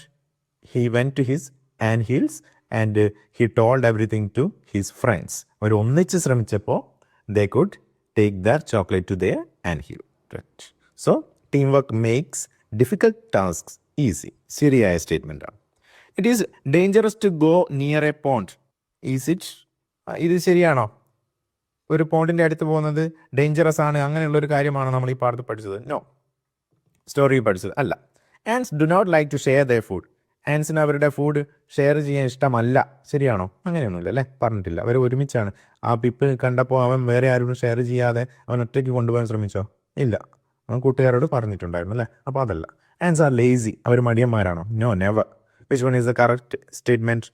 Option A ആണ് correct statement. Yes. Now let's take a look at the next question. In the statement, the ants stayed calm and moved faster. The word calm means, yes, there was a statement. Which one is that? The ants stayed calm and moved faster. We have to find out the meaning of the word calm. We are already familiar with this word. അല്ലേ, ഈ പാഠഭാഗത്ത് നമുക്ക് ഈ വാക്ക് പഠിക്കേണ്ട, നമ്മൾ already പരിചയപ്പെട്ടതാണ്. We have to select the correct answer from these 4 options. Noisy and scared. ഇങ്ങനെ ബഹളം വെച്ച് ഈ പേടിച്ചരണ്ട് നിൽക്കുന്നതാണോ? No, wrong answer. Peaceful and not worried. Peaceful ആണല്ലേ, സമാധാനപരമായി നിൽക്കുകയാണ്. ഇങ്ങനെ വിഷമിച്ച് എന്നല്ല, അവിടെ കൺഫ്യൂഷനായിട്ടോ അല്ലെ വെറീഡായിട്ടോ നിൽക്കുന്നില്ല, ശാന്തമായിട്ടാണ് നിൽക്കുന്നത്. This is the correct answer. Very angry ആണോ? നോ, ദേഷ്യപ്പെട്ടിട്ടൊന്നുമല്ല. ഫാസ്റ്റുമല്ല. Which one is the correct answer? Option B, peaceful and not worried. Yes. The final question of English. Let's read the question. Find the action word in this statement. Pip found a piece of chocolate. Yes, we had to find out the action word from this sentence. So, we are familiar with action words. നമുക്ക് action words പഠിക്കാനുണ്ടായിരുന്നു, describing words പഠിക്കാനുണ്ടായിരുന്നു, naming words പഠിക്കാനുണ്ട്, ഒക്കെ 4ാം class പഠിക്കാനുള്ളതാണ്. അപ്പോൾ ഇതിൽ നിന്ന് ആക്ഷൻ വേർഡ്സ് കണ്ടെത്തണം. What is an action word? അല്ലേ, നമ്മൾ ചെയ്യുന്ന ഒരു പ്രവൃത്തിയെ സൂചിപ്പിക്കുന്ന വാക്കുകളാണ് action words. So, let's read the sentence once again. Pip found a piece of chocolate. So, which one is the action word in this? Pip. Pip എന്നുള്ളത് naming വേർഡാണ് അല്ലേ, ആ ഉറുമ്പിൻ്റെ പേരാണ്. ഫൗണ്ട്, കണ്ടെത്തി, അതൊരു പ്രവൃത്തിയാണ്, നമ്മൾ ചെയ്യേണ്ട ഒരു കാര്യമാണല്ലേ. ഫൗണ്ട്, കണ്ടെത്തി, അത് ആക്ഷൻ വേർഡാണ്. നമുക്ക് ടിക്കറ്റ് വെക്കാം. Chocolate is A naming word, അതും ഒരു വസ്തുവിൻ്റെ പേരാണ്. പീസ്, അതും അല്ല അല്ലേ. ഏതാണ്? Which one is the correct answer? Found. Option B is the correct answer. Okay, അപ്പോൾ നമ്മൾ ഇംഗ്ലീഷിലുള്ള 10 ചോദ്യങ്ങൾ ഇവിടെ ഡിസ്കസ് ചെയ്തു. നിങ്ങൾക്ക് കിട്ടിയ മാർക്കുകൾ കണക്കാക്കുക. ഓക്കെ, അപ്പോൾ നമുക്ക് അടുത്ത വിഷയത്തിലെ ചോദ്യങ്ങൾ എന്തൊക്കെയാണെന്ന് പരിചയപ്പെടാം. അടുത്തതായി നമുക്ക് പൊതുവിജ്ഞാനത്തിലെ ചോദ്യങ്ങളുടെ ഉത്തരങ്ങൾ പരിശോധിക്കാം. ആദ്യത്തെ ചോദ്യം, ദാദാ സാഹിബ് ഫാൽക്കെ അവാർഡിനെ സംബന്ധിച്ച താഴെ പറയുന്ന പ്രസ്താവനകൾ ശ്രദ്ധിക്കുക, ശരിയായവ തിരഞ്ഞെടുക്കുക. യെസ്, അപ്പോൾ ദാദാ സാഹിബ് ഫാൽക്കെ അവാർഡുമായി ബന്ധപ്പെട്ട ചോദ്യമാണ്. ശരിയായതാണ് നമ്മൾ തിരഞ്ഞെടുക്കേണ്ടത്. ഇന്ത്യയിലെ പരമോന്നത ചലച്ചിത്ര ബഹുമതിയാണ് ദാദാ സാഹിബ് ഫാൽക്കെ പുരസ്കാരം. അപ്പോൾ ഇന്ത്യയിലെ ഏറ്റവും ഉയർന്ന പരമോന്നത ചലച്ചിത്ര ബഹുമതിയാണ്. ശരിയായ പ്രസ്താവനയാണ്, ശരിയിടാം. ഈ പുരസ്കാരം ലഭിക്കുന്ന ഒന്നാമത്തെ മലയാളിയാണ് മോഹൻലാൽ. ഒന്നാമത്തെ മലയാളി ആയിരുന്നോ? അല്ല, അദ്ദേഹം രണ്ടാമത്തെ മലയാളിയാണ്. അപ്പോൾ ഇത് തെറ്റായ പ്രസ്താവനയാണ്. 3. പ്രശസ്ത സംവിധായകൻ അടൂർ ഗോപാലകൃഷ്ണനും ഈ പുരസ്കാരം ലഭിച്ചിട്ടുണ്ട്. അപ്പോൾ മലയാളത്തിൽ നിന്നും ആദ്യമായി ലഭിച്ചത് ആർക്കാണ്? പ്രശസ്ത സംവിധായകനായ അടൂർ ഗോപാലകൃഷ്ണനാണ്. അപ്പോൾ ഇത് ശരിയായ പ്രസ്താവനയാണ്. അപ്പോൾ ഇവിടെ നമ്മൾ തിരഞ്ഞെടുക്കണം ഏതൊക്കെയാണ് ശരി. 1, 3 എന്നിവ ശരി എന്ന ഓപ്ഷൻ സി ആണ് നമ്മൾ തിരഞ്ഞെടുക്കേണ്ടത്. ഓക്കെ, അടുത്ത ചോദ്യം. കേരളത്തിലൂടെ കടന്നു പോകുന്ന ദേശീയപാത 66 സംബന്ധിച്ച താഴെ പറയുന്ന പ്രസ്താവനകൾ വിലയിരുത്തുക. എന്തുമായി ബന്ധപ്പെട്ടതാണ്? നമ്മുടെ പുതിയ ദേശീയപാത 66 പണി നടന്നുകൊണ്ട് നിൽക്കുന്നത് അല്ലെ, അതുമായി ബന്ധപ്പെട്ട ചോദ്യമാണ്. കേരളത്തിന്റെ വടക്കേ അറ്റമായ കാസർഗോഡ് മുതൽ തെക്കേ അറ്റമായ തിരുവനന്തപുരം വരെ നീളുന്ന പ്രധാന പാതയാണിത്. യെസ്, കേരളത്തിൽ എവിടെ തൊട്ട് എവിടെ വരെയുണ്ട് ഈ പാത? വടക്കേ അറ്റമായ കാസർഗോഡ് മുതൽ തെക്കേ അറ്റമായ തിരുവനന്തപുരം വരെയുണ്ട്. അപ്പോൾ അത് ശരിയായ പ്രസ്താവന. ഈ പാത 4 വരി പാതയെ നവീകരിക്കുന്ന പ്രവർത്തനങ്ങളാണ് ഇപ്പോൾ നടന്നുകൊണ്ടിരിക്കുന്നത്. 4 വരി പാതയാണോ? അല്ല. എത്ര വരിയാണ്? 6 വരി പാതയായിട്ട് നവീകരിക്കുന്ന പ്രവർത്തനങ്ങളാണ് നടത്തുന്നത്. അപ്പോൾ ഇത് തെറ്റായ പ്രസ്താവന. കേരളത്തിലെ 13 ജില്ലകളിലൂടെയാണ് ഈ ദേശീയപാത കടന്നു പോകുന്നത്. 13 ജില്ലകളിലൂടെ കടന്നു പോകുന്നില്ല. എത്ര ജില്ലകളിലൂടെ മാത്രമേ കടന്നു പോകുന്നുള്ളൂ? 9 ജില്ലകളിലൂടെയാണ് കടന്നു പോകുന്നത്. ഇതും തെറ്റായ പ്രസ്താവന.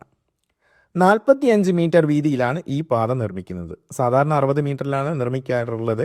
പക്ഷേ കേരളത്തിൻ്റെ പ്രത്യേക സാഹചര്യം, സ്ഥലമില്ലാത്തൊരു ബുദ്ധിമുട്ട് കൊണ്ട് 45 മീറ്ററിലാണ് നിർമ്മിക്കുന്നത്. ശരിയായ പ്രസ്താവന. അപ്പോൾ ഇവിടെ ഏതൊക്കെയാണ് ശരിയായിട്ടുള്ളത്? 1, 4, 1, 4 എന്നിവ ശരി എന്ന് പറയുന്നത് ഏതാണ്? ഓപ്ഷൻ സി ആണ് സി വേണ്ടത്. ഓക്കെ, അടുത്ത ചോദ്യം.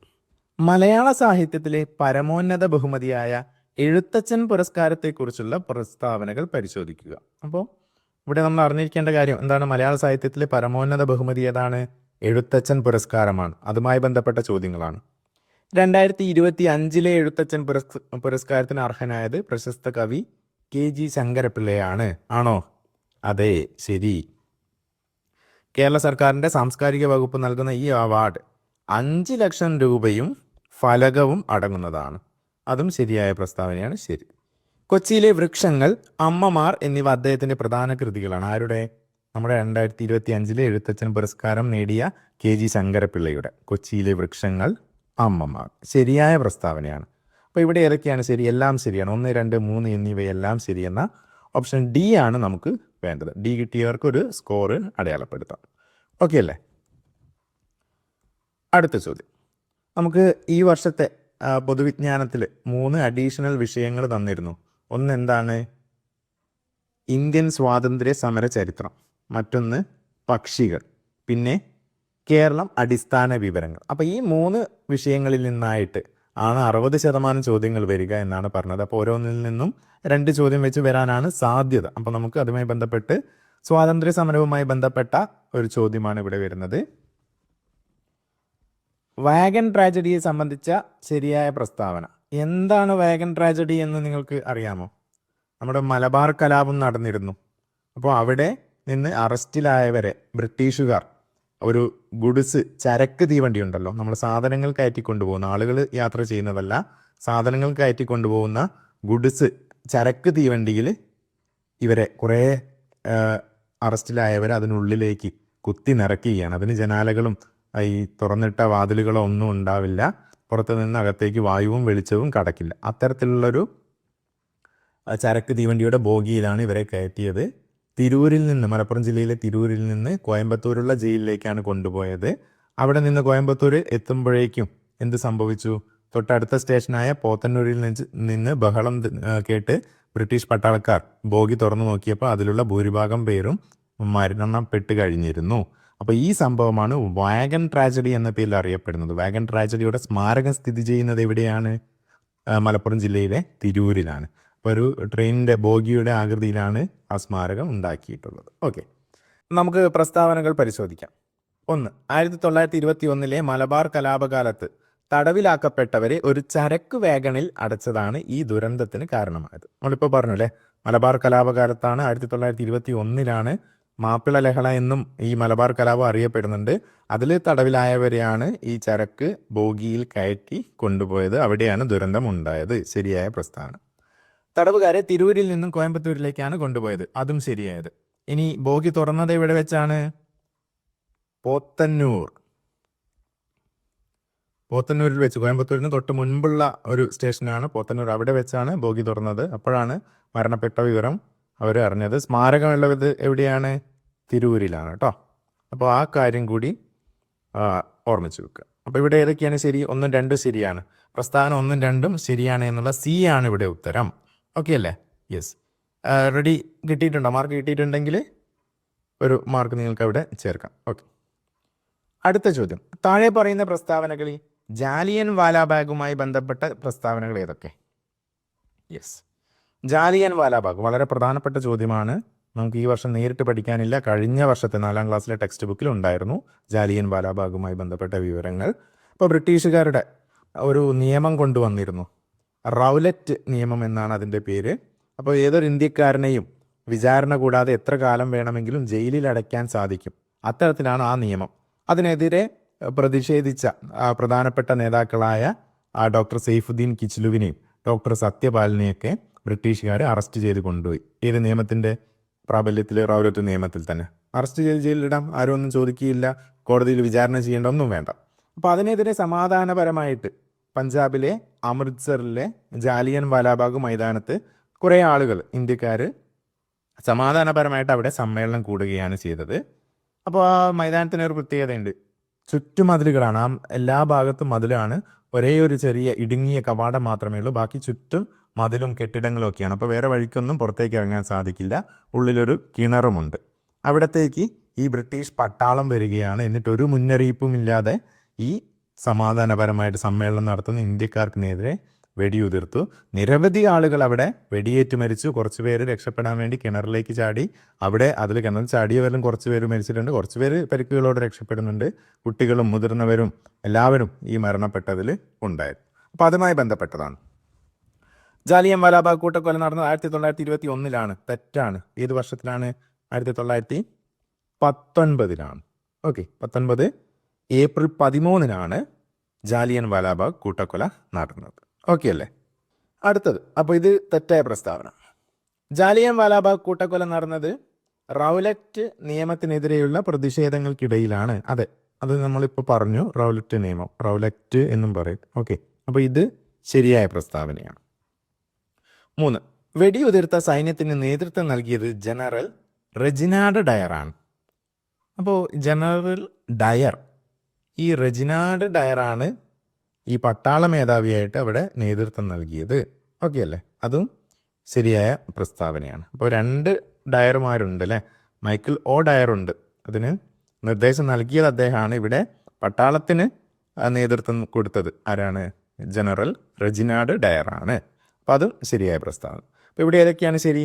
2, 3 എന്നിവ മാത്രമാണ് ശരി. ഓപ്ഷൻ സി ആണ് നിങ്ങളുടെ ഉത്തരം. ഓക്കെ. അടുത്ത ചോദ്യം കേരളത്തിൻ്റെ അടിസ്ഥാന വിവരങ്ങളാണ്. താഴെ പറയുന്ന പ്രസ്താവനകളിൽ ശരിയായത് ഏതെല്ലാം? കേരളത്തിലാകെ 44 നദികളുണ്ട്. ശരിയാണോ? അതെ, 44 നദികളാണുള്ളത്. ഇതിൽ 41 നദികൾ കിഴക്കോട്ടും 3 നദികൾ പടിഞ്ഞാറോട്ടും ഒഴുകുന്നു. അപ്പോൾ അത് നമ്മൾ പെട്ടെന്ന് കേൾക്കുമ്പോൾ ശരിയാണെന്ന് കരുതും. നമ്മൾ പഠിച്ചതാണ്. 41 ഒരു ദിശയിലേക്ക്, 3 മാത്രമാണ് എതിർദിശയിലേക്ക് ഒഴുകുന്നത്. പക്ഷേ ഇവിടെ ദിശ ശ്രദ്ധിക്കുക. ദിശ മാറ്റിയിട്ടാണ് കൊടുത്തത്. 41 നദികൾ കിഴക്കോട്ടാണോ? അല്ല, പടിഞ്ഞാറോട്ടാണ്, അറബിക്കടലിലേക്കാണ് ഒഴുകുന്നത്.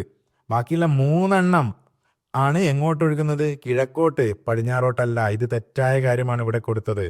യെസ്, അപ്പോൾ ഇത് തെറ്റായ പ്രസ്താവനയാണ്. ശ്രദ്ധിക്കണം. ഓക്കെ. കബനി, ഭവാനി, പമ്പ എന്നിവയാണ് കിഴക്കോട്ടൊഴുകുന്ന നദികൾ. കബനി, ഭവാനി, പമ്പ ആയിരുന്നോ?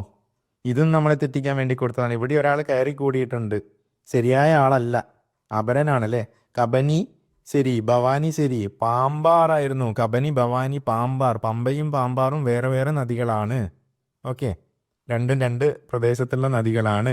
ഇത് തെറ്റായ പ്രസ്താവനയാണ്. കബനി, ഭവാനി, പാമ്പാർ എന്നിവയാണ് കിഴക്കോട്ട് ഒഴുകുന്ന നദികൾ. ഓക്കെ, അപ്പോൾ നമുക്കിവിടെ ശരിയായത് ഏതാണ്? 1 മാത്രമാണ് ശരി. ഇത് നമ്മളെ വളരെ ഏറെ തെറ്റിദ്ധരിപ്പിക്കുന്ന ഒരു ചോദ്യമായിരുന്നു. അതിലുള്ള ഓപ്ഷൻസ് ഒക്കെ അങ്ങനെയാണ് വന്നത്. ശ്രദ്ധിക്കുക. ഓക്കെ, അടുത്ത ചോദ്യം, കേരളത്തിലെ വിമാനത്താവളങ്ങളെക്കുറിച്ചുള്ള പ്രസ്താവനകൾ പരിശോധിക്കുക. ഇവയിൽ തെറ്റായ പ്രസ്താവന ഏത്? ശ്രദ്ധിക്കേണ്ടത് എന്താണ്? തെറ്റായതാണ്, ശരിയായതല്ല ചോദിച്ചത്. ഫസ്റ്റ് തന്നെ നമ്മൾ ശരിയായ ഒരു പ്രസ്താവന കണ്ടിട്ട് അതും സെലക്ട് ചെയ്ത് പോവരുത്. ഇവിടെ ശ്രദ്ധിക്കണം, തെറ്റായ പ്രസ്താവന. കേരളത്തിൽ 4 അന്താരാഷ്ട്ര വിമാനത്താവളങ്ങളുണ്ട്. ശരിയാണോ? കേരളത്തിൽ എത്ര വിമാനത്താവളങ്ങളാണുള്ളത്? അന്താരാഷ്ട്ര വിമാനത്താവളങ്ങൾ 4 എണ്ണമാണുള്ളത്. ഏതൊക്കെയാണ്? തിരുവനന്തപുരം, പിന്നെ കൊച്ചിയിലെ നെടുമ്പാശ്ശേരി വിമാനത്താവളം, പിന്നെ കരിപ്പൂർ കോഴിക്കോട്, പിന്നെയോ സ്ഥിതി ചെയ്യുന്നത് എവിടെയാണ്? മലപ്പുറത്താണെങ്കിലും പക്ഷേ വിമാനത്താവളം കോഴിക്കോട് വിമാനത്താവളം എന്നാണ് അറിയപ്പെടുന്നത്. ഓക്കെ അല്ലേ?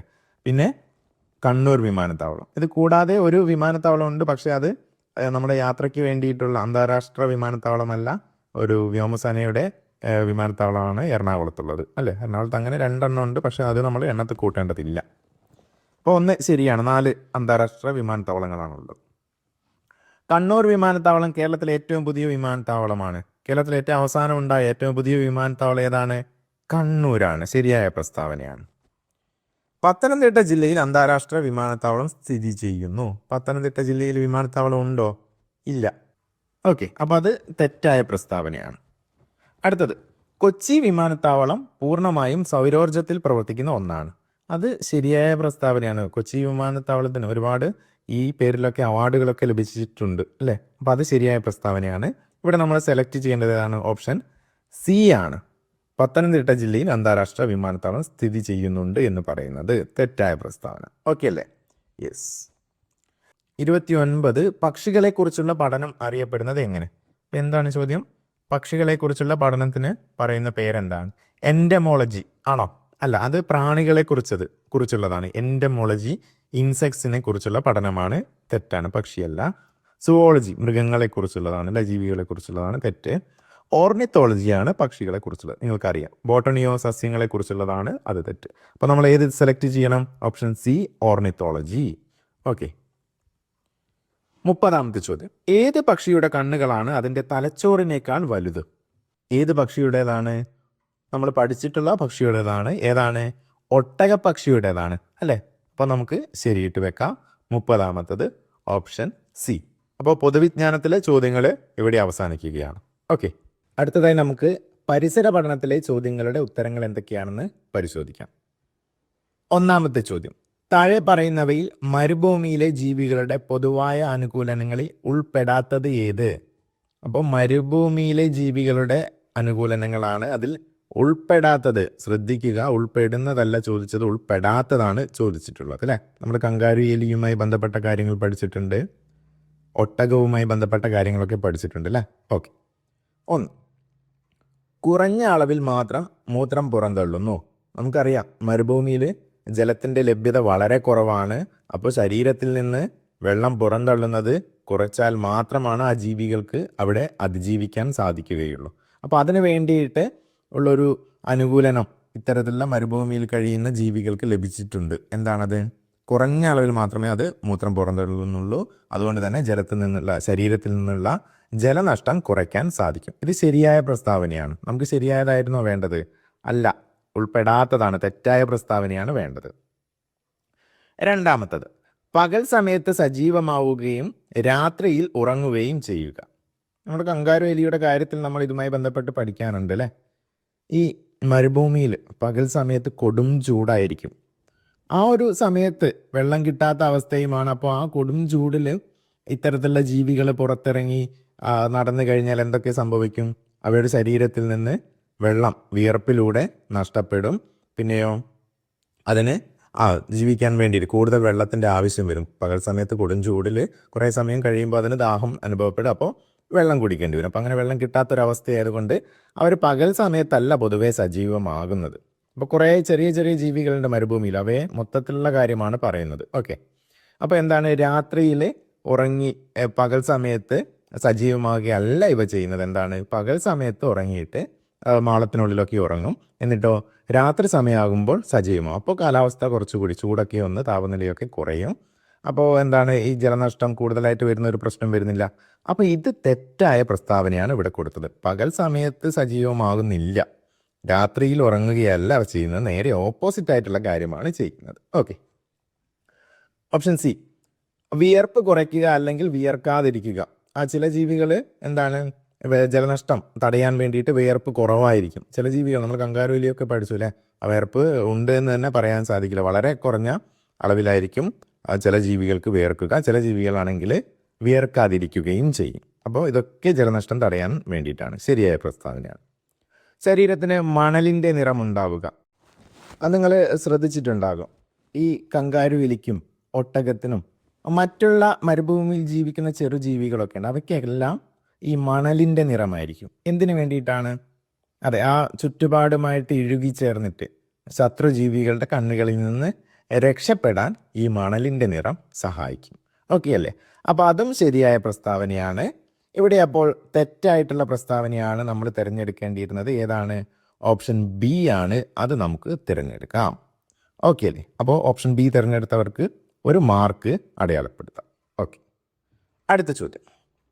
താഴെ പറയുന്ന ശാരീരിക സവിശേഷതകളിൽ നിന്നും ജീവിയെ തിരിച്ചറിയുക. അപ്പോൾ ഏതാനും ശാരീരിക സവിശേഷതകൾ നൽകിയിട്ടുണ്ട്. അത് വായിച്ചിട്ട് ഏത് ജീവിയാണെന്ന് നമ്മൾ തിരിച്ചറിയുകയാണ് വേണ്ടത്. ഓക്കെ, ഒന്നാമത്തത് വായിക്കും. കാലുകളിലെ വിരലുകൾ ചർമ്മം കൊണ്ട് ബന്ധിച്ചിരിക്കുന്നു. കാലിലെ വിരലുകൾ ചർമ്മം കൊണ്ട് ബന്ധിച്ചിരിക്കുന്നു. ചർമ്മബന്ധിതമായ വിരലുകൾ. പെട്ടെന്ന് നമ്മുടെ മനസ്സിലേക്ക് ആരൊക്കെ ഓടി വരും? താറാവ് വരാൻ സാധ്യതയുണ്ട് അല്ലേ?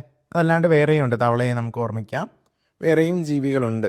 ഓക്കെ, രണ്ടാമത്തത്, ചിറകുകൾ തുഴകളായി ഉപയോഗിക്കുന്നു. അപ്പോൾ ചിറകും തുഴയും, അതായത് നീന്തലും കൂടി വരുമ്പോഴേക്കും നമ്മൾ പെട്ടെന്ന് താറാവിലേക്ക് പോകരുത്. അടുത്ത പ്രസ്താവന കൂടി നമ്മൾ പരിശോധിക്കണം. താറാവ് ചിറകുകൾ ഉപയോഗിച്ചിട്ടാണോ തുഴയുന്നത്? അല്ല, കാലുകൾ ഉപയോഗിച്ചിട്ടാണ് അല്ലേ? എന്നാലും ആ ചിറകും വെള്ളവും നീന്തലും ഒക്കെ വരുമ്പോഴേക്കും നമ്മൾ ചർമ്മബന്ധിതമായ വിരലും വരുമ്പോഴേക്ക് പെട്ടെന്ന് താറാവിലേക്ക് പോകരുത്. അവസാനത്തെ പ്രത്യേകത വായിക്കണം. ത്വക്കിനടിയിലെ കൊഴുപ്പ് ആവരണം തണുപ്പിനെ പ്രതിരോധിക്കുന്നു. അപ്പം ഈ തണുപ്പിനെ പ്രതിരോധിക്കാൻ വേണ്ടിയിട്ട് ത്വക്കിനടിയിൽ കൊഴുപ്പ് ആവരണമുള്ളത് ആർക്കാണ്? നമ്മൾ കൃത്യമായി അതേ രീതിയിൽ തന്നെ പഠിച്ച കാര്യമാണ്. പെൻഗിനാണ്. അപ്പോൾ നമ്മുടെ ഇവിടെ തിരിച്ചറിയേണ്ട ജീവി ഓപ്ഷൻ സി പെൻഗിനാണ്.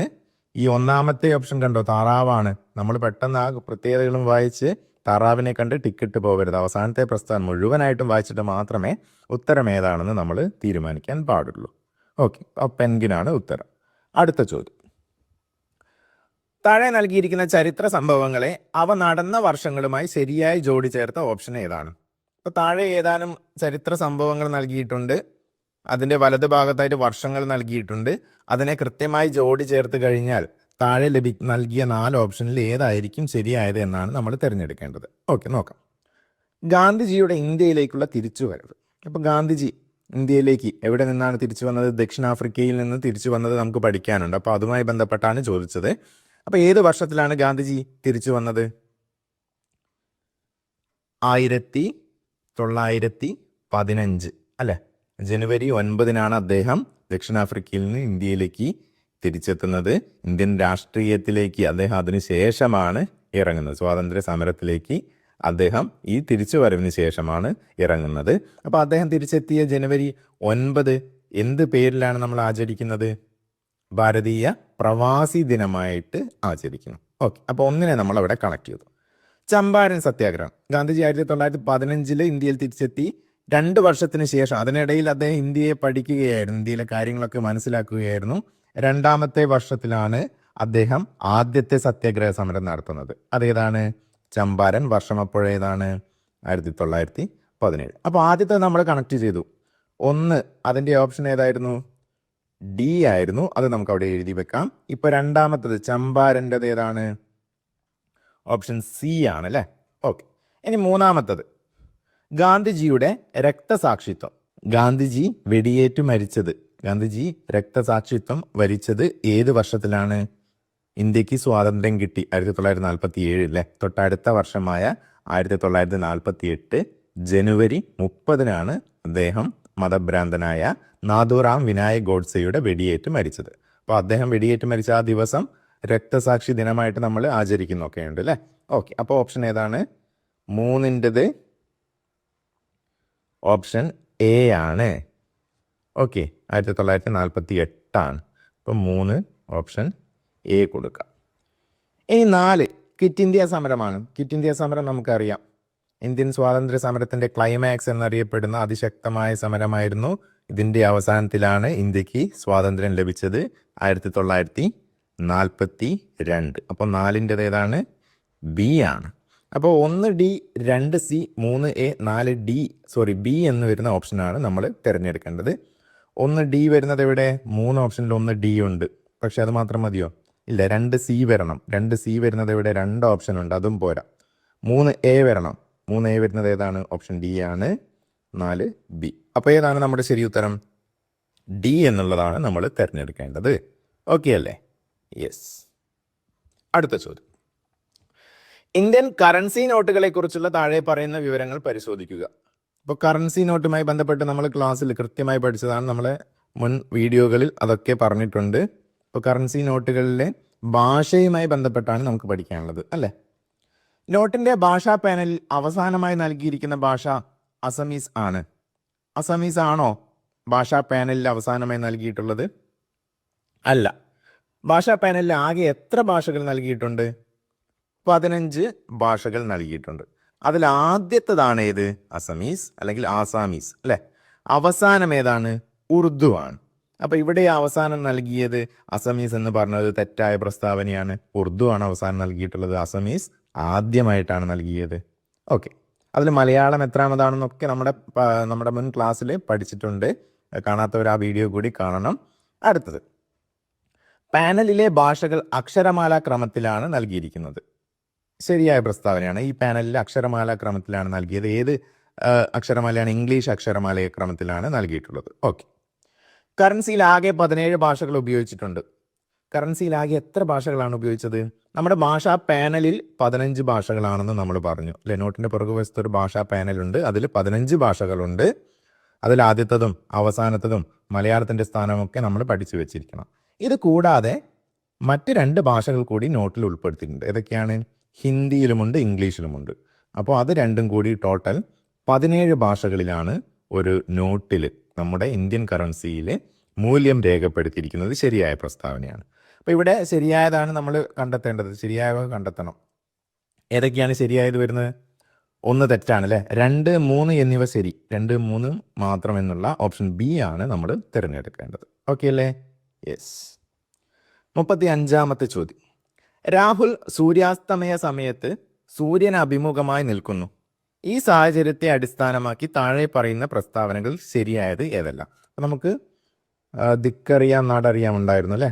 അതിൽ നമുക്ക് ദിക്കുകൾ ഏതൊക്കെയാണെന്ന് പഠിക്കാനുണ്ട്. നോക്കാം. അപ്പം നമുക്ക് ആദ്യം ദിക്കുകൾ ഇവിടെ അടയാളപ്പെടുത്തി വെക്കാം. മുകളിലേക്ക് എപ്പോഴും വടക്ക്, താഴെ ഏതാണ്?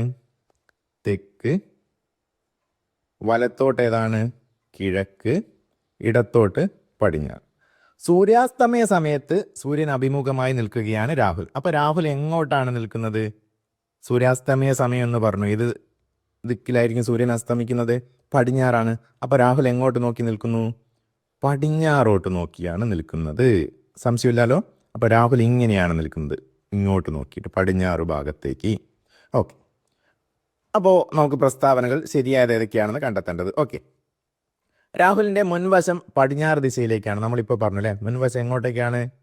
ഈ ദിശയിലേക്കാണ്, പടിഞ്ഞാറ് ദിശയിലേക്കാണ്. ഒന്നാമത്തത് ശരിയായ പ്രസ്താവന. രാഹുലിൻ്റെ പിൻഭാഗം വടക്ക് ദിശയിലേക്കാണ്. പിൻഭാഗം എങ്ങോട്ടാണ്? ഇങ്ങോട്ടാണ് വരുന്നത്. ഇത് വടക്കാണോ? മുൻഭാഗം പടിഞ്ഞാറാണെങ്കിൽ പിൻഭാഗം കിഴക്കിലേക്കാണ് വരുന്നത്. അപ്പോൾ ഇത് തെറ്റായ പ്രസ്താവനയാണ്.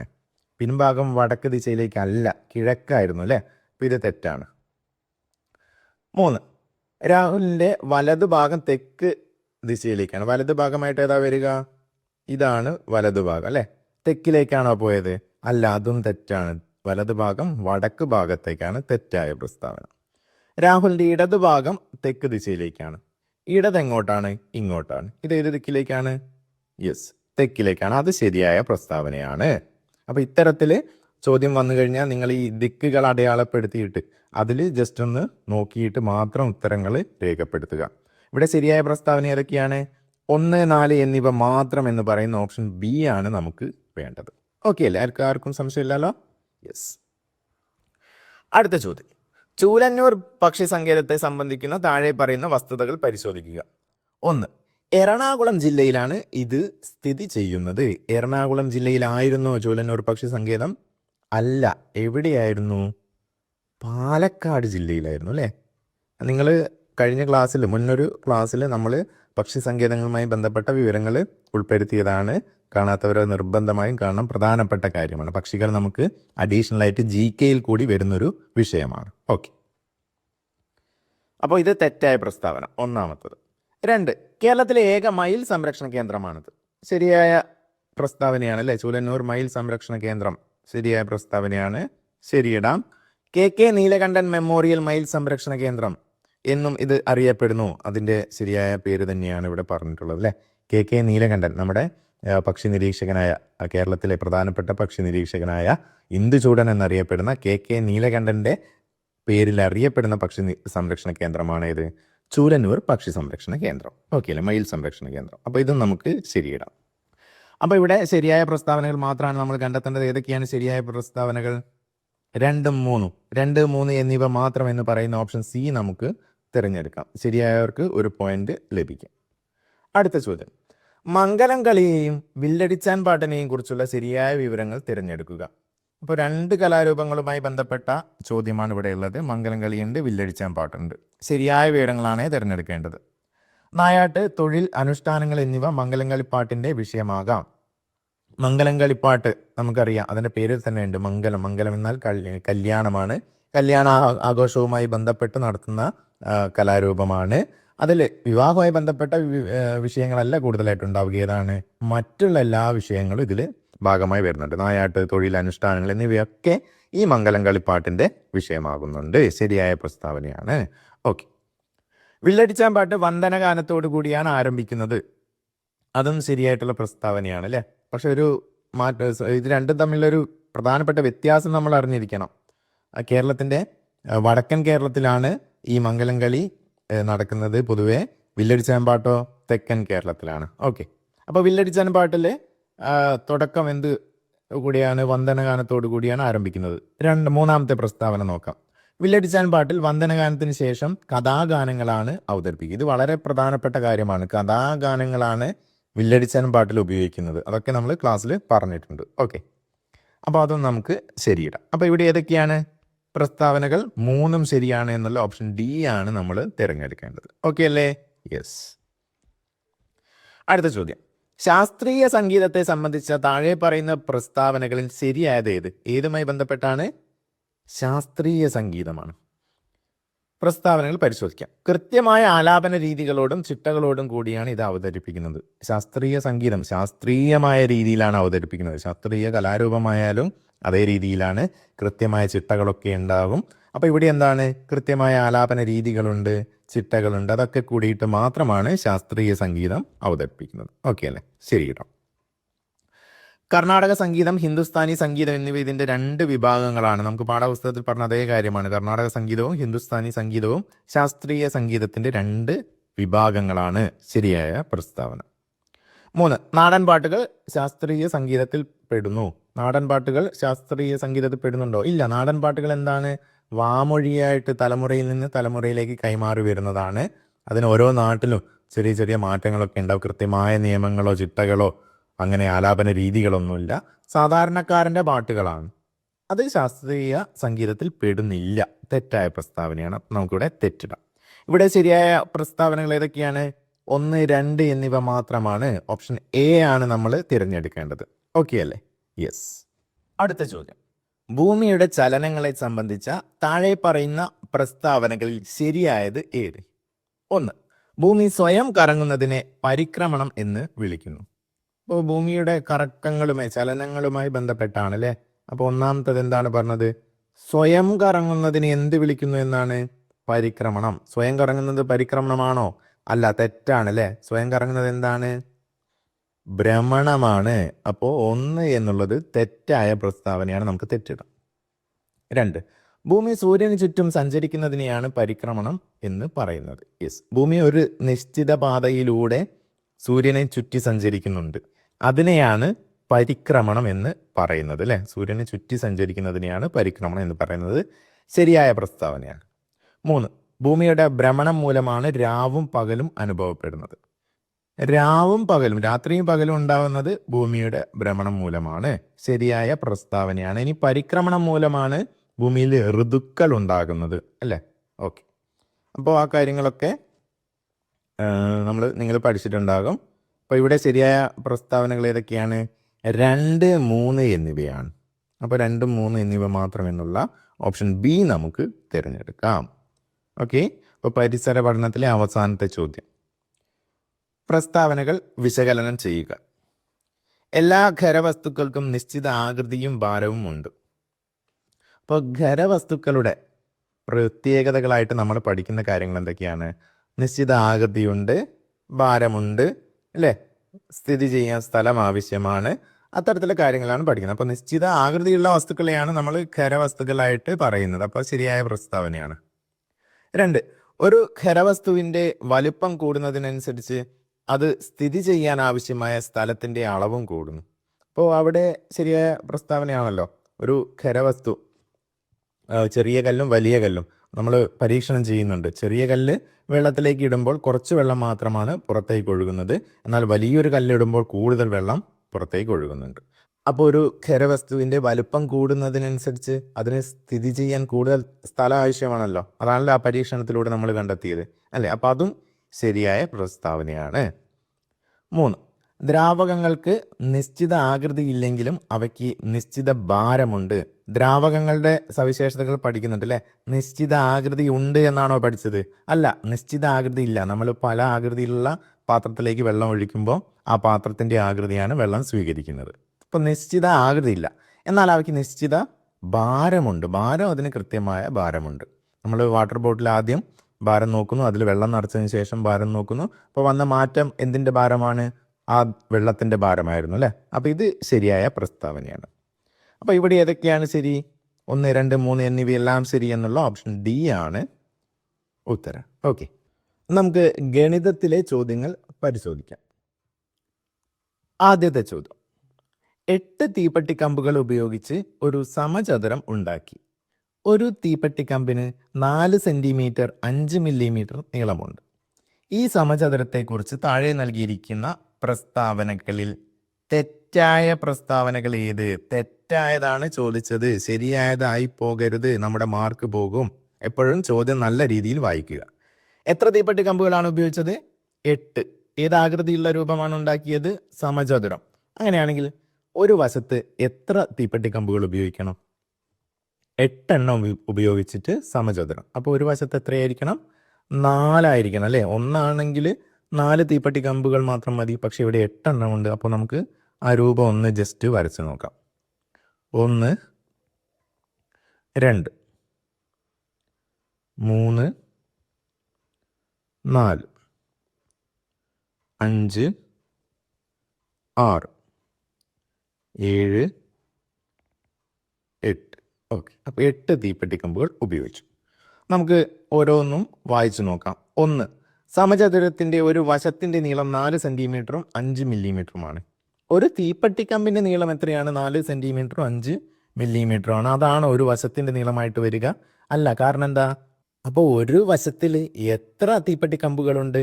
2 എണ്ണമുണ്ട് അല്ലേ? അപ്പോൾ നീളം കണ്ടെത്താൻ നമ്മൾ എന്ത് ചെയ്യണം? രണ്ടിൻ്റെയും നീളങ്ങൾ തമ്മിൽ കൂട്ടണ്ടേ? യെസ്. ആദ്യത്തേത് എത്രയായിരിക്കും? 4 സെൻറ്റിമീറ്റർ 5 മില്ലിമീറ്റർ. രണ്ടാമത്തൊന്നും എത്രയായിരിക്കും? 4 സെൻറ്റിമീറ്റർ 5 മില്ലിമീറ്റർ. അത് താഴെ എഴുതി കൂട്ടിക്കഴിഞ്ഞാൽ നമുക്ക് എത്ര ലഭിക്കും? 8 സെൻറ്റിമീറ്റർ 10 മില്ലിമീറ്റർ എന്ന് ലഭിക്കും. പക്ഷേ ഈ 10 മില്ലിമീറ്ററിന് നമ്മൾ എന്ത് ചെയ്യണം? ഒരു സെൻറ്റിമീറ്റർ ആക്കി മാറ്റി ഈ സെൻറ്റിമീറ്ററിൻ്റെ ഭാഗത്ത് കൂട്ടണം. അപ്പോൾ എത്ര കിട്ടും? 9 സെൻറ്റിമീറ്റർ എന്ന് കിട്ടും. അപ്പോൾ ഇതാണ് ഒരു വശത്തിൻ്റെ നീളം. അപ്പോൾ ഇവിടെ പറഞ്ഞത് എന്താണ്? തെറ്റാണ്. നമുക്ക് എത്രയാണ് വേണ്ടത്? 9 സെൻറ്റിമീറ്റർ ആയിരുന്നു വേണ്ടത്. അപ്പോൾ ഇത് നമുക്ക് തെറ്റിടാം. രണ്ടാമത്തത് വായിക്കാം. സമചതുരത്തിൻ്റെ ചുറ്റളവ് 56 സെൻറ്റിമീറ്റർ 5 മില്ലിമീറ്റർ ആണ്. അപ്പോൾ ചുറ്റളവ് കണ്ടെത്താൻ എന്താണ് നമ്മൾ സമചതുരത്തിൻ്റെ ചെയ്യേണ്ടത്? 4 വശങ്ങളുടെയും നീളങ്ങൾ കൂട്ടുകയാണ്. 4 വശവും തുല്യമായതുകൊണ്ട് നമുക്ക് ഒരു വശത്തിൻ്റെ നീളത്തിനെ 4 കൊണ്ട് ഗുണിച്ചാൽ മതി അല്ലേ? അപ്പോൾ ഇവിടെ ഒരു വശത്തിൻ്റെ നീളം എത്രയാണ്? 9 സെൻറ്റിമീറ്റർ ആണ്. അപ്പോൾ 4 കൊണ്ട് ഗുണിച്ച് കഴിഞ്ഞാൽ 4 9 36 സെൻറ്റിമീറ്റർ എന്ന് നമുക്ക് ലഭിക്കും. ഓക്കെ ആണോ? അപ്പോൾ ഇവിടെ പറഞ്ഞത് 56 സെൻറ്റിമീറ്റർ 5 മില്ലിമീറ്റർ തെറ്റാണ്. അപ്പോൾ ഇത് തെറ്റായ പ്രസ്താവനയാണ്. ഓക്കെ, മൂന്നാമത്തത് വായിക്കാം. സമചതുരത്തിൻ്റെ ചുറ്റളവ് 36 സെൻറ്റിമീറ്റർ ആണ്. നമ്മളിപ്പോൾ കണ്ടെത്തിയതേ ഉള്ളൂ. ശരിയാണ്, ശരിയിടാം. 4. സമചതുരത്തിൻ്റെ ഒരു വശത്തിൻ്റെ നീളം 9 സെൻറ്റിമീറ്റർ ആണ്. നമ്മൾ തൊട്ട് മുൻപ് കണ്ടെത്തി അല്ലേ? അതും ശരിയാണ്. അപ്പോൾ ഇവിടെ നമ്മൾ എന്താ കണ്ടെത്തേണ്ടത്? ശരിയായതൊക്കെ കരുതി 3ഉം 4ഉം ശരി എന്നുള്ളത് ഡി തിരഞ്ഞെടുത്തു കഴിഞ്ഞാൽ നമ്മുടെ മാർക്ക് പോയി. കാരണം എന്താ? ഇവിടെ ചോദിച്ചത് തെറ്റായ പ്രസ്താവനകൾ ഏത് എന്നാണ്. ഏതൊക്കെയാണ് തെറ്റായത്? 1ഉം 2ഉമാണ് തെറ്റ്. അപ്പോൾ 1, 2 എന്നിവ മാത്രം എന്നുള്ള ഓപ്ഷൻ എ വേണം നമ്മൾ തിരഞ്ഞെടുക്കാൻ ശ്രദ്ധിക്കുക. ഓക്കെ, അടുത്ത ചോദ്യം. 8 സെൻറ്റിമീറ്റർ നീളവും 6 സെൻറ്റിമീറ്റർ വീതിയുമുള്ള ഒരു ചതുരത്തിൻ്റെ നീളം ഇരട്ടിയും വീതി പകുതിയുമാക്കി ഒരു പുതിയ ചതുരം ഉണ്ടാക്കി എങ്കിൽ 2 ചതുരങ്ങളുടെയും ചുറ്റളവുകൾ തമ്മിലുള്ള വ്യത്യാസം എത്ര? ഓക്കെ, നോക്ക്. 8 സെൻറ്റിമീറ്റർ നീളവും 6 സെൻറ്റിമീറ്റർ വീതിയുമുള്ള ഒരു ചതുരം. നീളം നമുക്ക് 8 സെൻറ്റിമീറ്റർ അടയാളപ്പെടുത്താം, വീതി നമുക്ക് 6 സെൻറ്റിമീറ്റർ അടയാളപ്പെടുത്താം.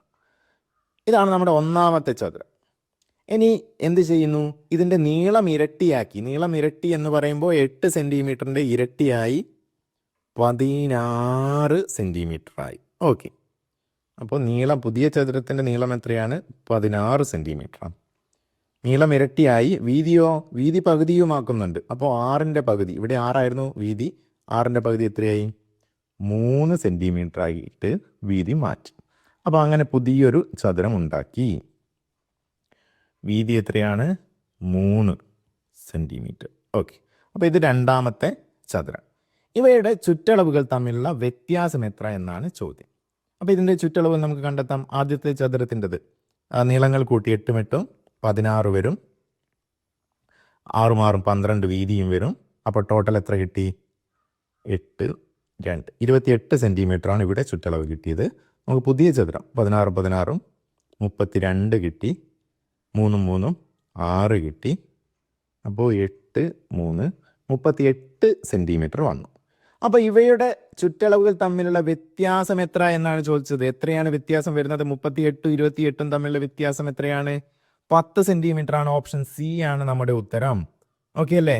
അപ്പോൾ ഈ 38ൽ നിന്ന് ഈ 28 കുറച്ചാൽ മതി നമുക്ക് 10 സെൻറ്റിമീറ്റർ ലഭിക്കാൻ. Okay, yes. അടുത്ത ചോദ്യം. താഴെ പറയുന്നവയിൽ ഏറ്റവും വലിയ തുക ഏതാണ്? ഇപ്പോൾ കുറച്ച് നോട്ടുകളുടെ എണ്ണവും വിലയും ഒക്കെയാണ് തന്നത്. അതിൽ ഏറ്റവും വലിയ തുക ഏതാണെന്നാണ് നമ്മൾ കണ്ടെത്തേണ്ടത്. 1000 രൂപയുടെ 4 നോട്ടുകൾ. 1000ൻ്റെ 4 എത്രയാണ്?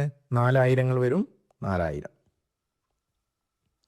അടുത്തത് 500 രൂപയുടെ 7 നോട്ടുകൾ. അപ്പോൾ 2 500കൾ ചേർന്നാലാണ് 1000 ആകുന്നത്. അപ്പോൾ 6 ചേർന്നപ്പോൾ നമുക്ക് 3000ഉം 7ാമത്തത് ചേർന്നപ്പോൾ 3500ഉം കിട്ടും. അല്ലെങ്കിൽ 7, 5, 35 വെച്ചിട്ട് നമുക്ക് 100ൻ്റെ 2 പൂജ്യങ്ങൾ ചേർത്ത് കൊടുത്താൽ 3500 ലഭിക്കും. 100 രൂപയുടെ 45 നോട്ടുകൾ. 100 രൂപയുടെ നോട്ടുകൾ ഉണ്ടെങ്കിൽ എത്രയാണെന്ന് കണ്ടെത്താൻ 45ന് നമ്മൾ 100 കൊണ്ട് ഗുണിക്കണം. 100 കൊണ്ട് ഗുണിക്കാനുള്ള എളുപ്പ വഴി എന്താണ്? വലതു ഭാഗത്തായിട്ട് 100ൻ്റെ ആ 2 പൂജ്യങ്ങൾ ഇട്ട് കൊടുക്കാം, 4500 ലഭിക്കും. 200 രൂപയുടെ 20 നോട്ടുകൾ. ഇത് ചെയ്യാൻ എന്ത് ചെയ്യണം? 200നെ 20 കൊണ്ട് ഗുണിക്കണം. നമുക്ക് ആദ്യത്തെ ആ 2ഉം 2ഉം മാത്രം ഗുണിച്ച് 2, 2, 4, പിന്നെ എത്ര പൂജ്യങ്ങളുണ്ട്? 3 പൂജ്യങ്ങളും ചേർത്തു 4000 ലഭിച്ചത്. ഇതിൽ ഏറ്റവും വലിയ തുക ഏതാണ്? 4500 അപ്പോൾ 100 രൂപയുടെ 45 നോട്ടുകളായ ഓപ്ഷൻ സി ആണ് ശരി ഉത്തരം. ഏറ്റവും വലിയ തുകയാണ് നമ്മൾ കണ്ടെത്തേണ്ടത്. ഓക്കെ അല്ലേ? യെസ്. അടുത്ത ചോദ്യം. ഒരു വരിയിൽ 27 പേരുണ്ട്. നടുക്കു നിൽക്കുന്ന കുട്ടിയുടെ ടിക്കറ്റ് നമ്പർ 4068 ആണ്. ആ വരിയിലെ ആദ്യത്തെ കുട്ടിയുടെ ടിക്കറ്റ് നമ്പർ എന്താണ്? അവസാന കുട്ടിയുടെ നമ്പർ എന്താണ്? അത് നമുക്കിവിടെ ഒരു ചിത്രം വരച്ചൊന്ന് അടയാളപ്പെടുത്താം. നടുക്കു നിൽക്കുന്ന കുട്ടിയുടെ കാര്യമാണ് ഇവിടെ ആദ്യം പറഞ്ഞത് അല്ലേ? അപ്പോൾ ആദ്യം നമുക്ക് ആ നടുക്കുള്ളൊരു കുട്ടിയെ അടയാളപ്പെടുത്താം. അവൻ്റെ മുൻപിലും പിറകിലുമായിട്ട് കുട്ടികൾ നിൽക്കുന്നുണ്ട്. ഈ നടുക്ക് നിൽക്കുന്ന കുട്ടിയുടെ നമ്പർ എത്രയാണ്? ടിക്കറ്റ് നമ്പർ 4068 ആണ്. ഓക്കെ അല്ലേ? യെസ്. അപ്പോൾ ഇവൻ്റെ മുന്നിൽ എത്ര പേരുണ്ട്? പിറകിൽ എത്ര പേരുണ്ട്? ആകെ 27 പേരാണല്ലേ. അപ്പോൾ 1 ഈ കുട്ടിയായി, ബാക്കി 26 പേരുണ്ട്. 13 പേർ മുൻപിലും ഉണ്ടാകും, 13 പേർ പിറകിലും ഉണ്ടാകും. അപ്പോൾ ഈ മധ്യഭാഗത്തുള്ള കുട്ടിയുടെ നമ്പർ 4068 ആയതുകൊണ്ട് ഈ ഒന്നാമത്തെ കുട്ടി അവനേക്കാൾ മുന്നിലാണുള്ളത്. അപ്പോൾ അവന് ഈ കുട്ടിയുടെ നമ്പറിനേക്കാൾ കുറഞ്ഞ നമ്പർ ആയിരിക്കുമല്ലോ. അപ്പോൾ ആദ്യത്തെ കുട്ടിയുടെ നമ്പർ കണ്ടെത്താൻ വേണ്ടിയിട്ട് നമ്മൾ എന്ത് ചെയ്യണം? ഈ 4068 നിന്ന് 13 കുറച്ചാൽ മതി. ഓക്കെ, അപ്പോൾ 5 5 0 4 4055 ആദ്യത്തെ കുട്ടിയുടെ ടിക്കറ്റ് നമ്പർ. നമുക്ക് അവസാനത്തെ കുട്ടിയുടെ കണ്ടെത്താൻ എന്ത് ചെയ്യണം? ഈ 4068 കൂടെ 13 കൂട്ടണം അല്ലേ? 8 3 1 11 1 അവിടെ ഇട്ടു, 1 ഇവിടെ കൊടുത്തു, 67 8 0 4. അപ്പോൾ എത്ര ലഭിച്ചു? 4081 ലഭിച്ചത്. അപ്പോൾ ആദ്യത്തെ കുട്ടിയുടെ നമ്പർ 4055 അവസാനത്തെ കുട്ടിയുടെ നമ്പർ 4081 നമുക്കിവിടെ ഓപ്ഷൻ എ ആണ് അത്തരത്തിൽ വരുന്നത്. ഓക്കെ അല്ലേ? യെസ്. അടുത്ത ചോദ്യം, താഴെ പറയുന്നവയിൽ ഏതാണ് തെറ്റായ രീതിയിൽ എഴുതിയ റോമൻ സംഖ്യ? അപ്പോൾ റോമൻ സംഖ്യകൾ എഴുതുന്നതുമായി ബന്ധപ്പെട്ട് നമുക്ക് പഠിക്കാനുണ്ട്. അതുമായി ബന്ധപ്പെട്ട ക്ലാസ് അടുത്ത ദിവസം തന്നെ നമ്മുടെ ചാനലിൽ അപ്ലോഡ് ചെയ്യുന്നതായിരിക്കും. അപ്പോൾ ഇവിടെ ഓരോന്നും നമുക്ക് എഴുതിയത് ശരിയാണോ തെറ്റാണോ എന്ന് പരിശോധിക്കാം. ആദ്യത്തത് എത്രയാണ്? 8 ആണ് അല്ലേ?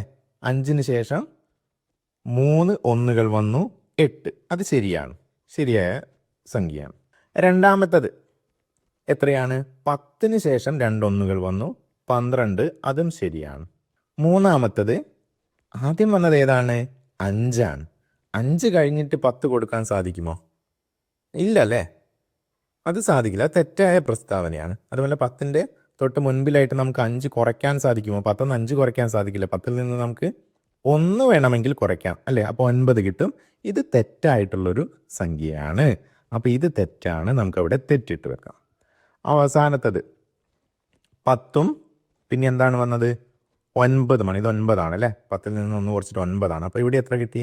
19 ആണ്. അതും ശരിയായിട്ടുള്ളൊരു സംഖ്യയാണ്. ഇവിടെ തെറ്റായ രീതിയിൽ എഴുതിയ റോമൻ സംഖ്യയാണ് ചോദിച്ചത്. ഓപ്ഷൻ സി ആണ് തെറ്റായിട്ടുള്ളത്. ഓക്കെ, അടുത്തത്, ഒരു പെട്ടിയിൽ ചുവന്ന മിഠായികളും മഞ്ഞ മിഠായികളും ഉണ്ട്.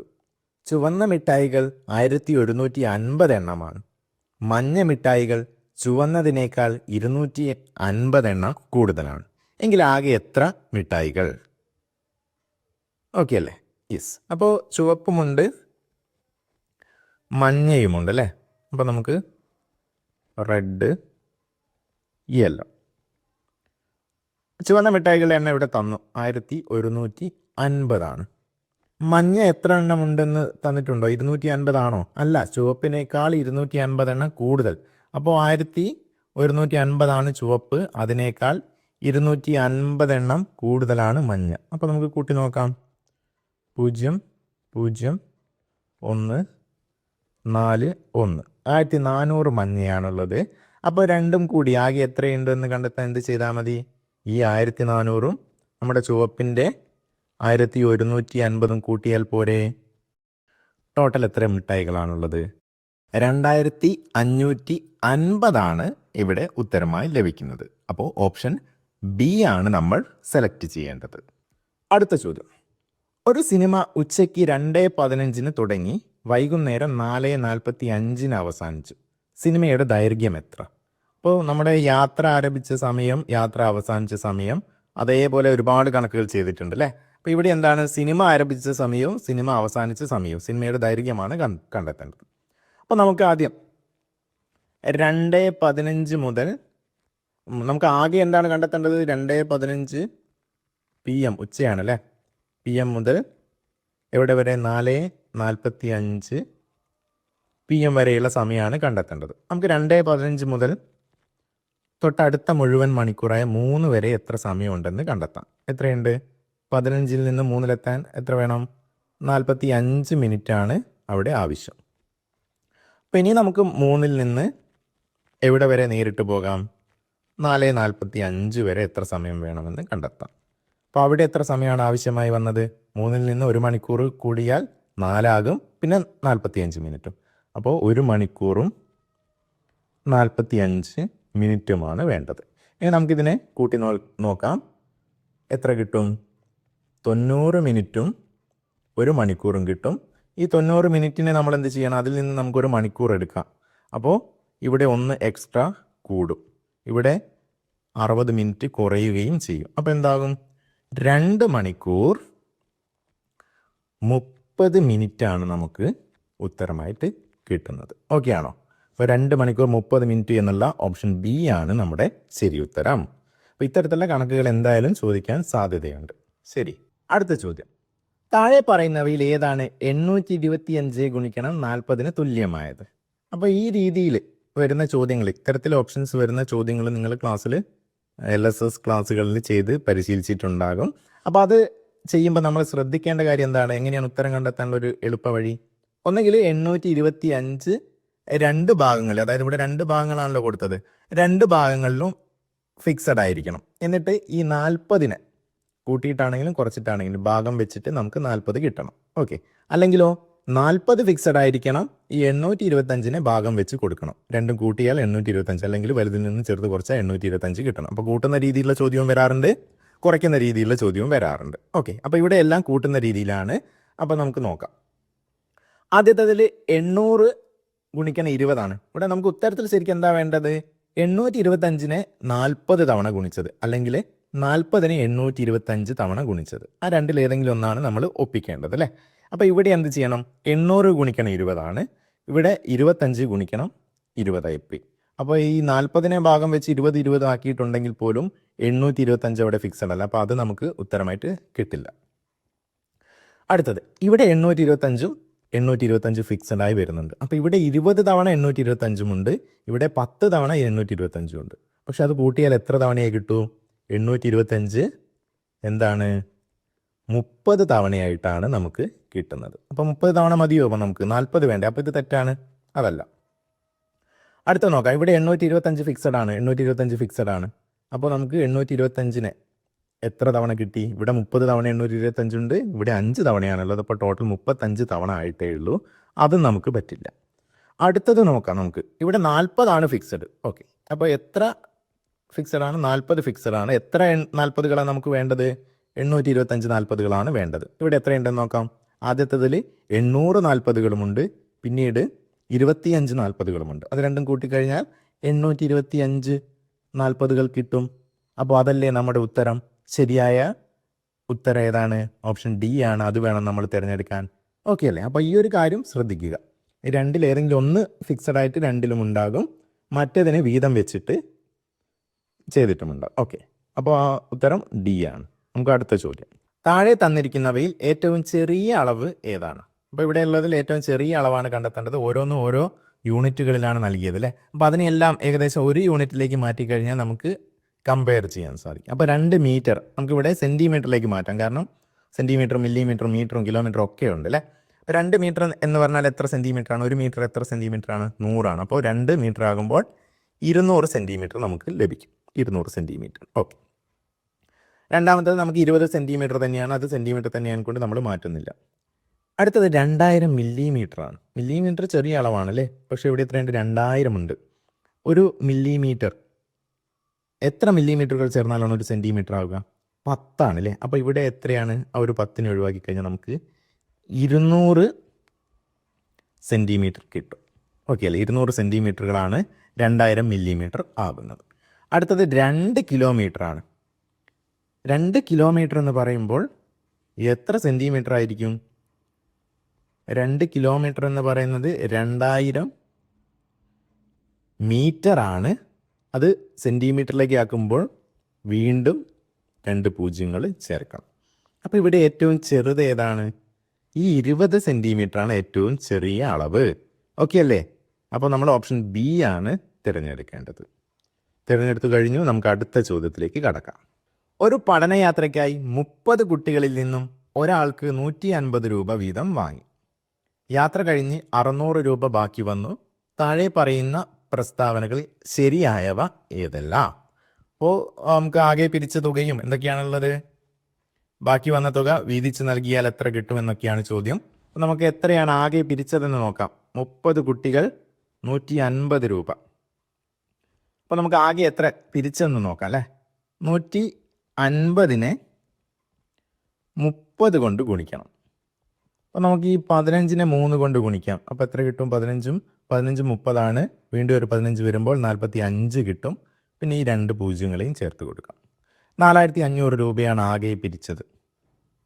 അപ്പോൾ ആദ്യത്തെ പ്രസ്താവന ആകെ പിരിച്ച തുക 4500 രൂപയാണ്. ശരിയായ പ്രസ്താവനയാണ്.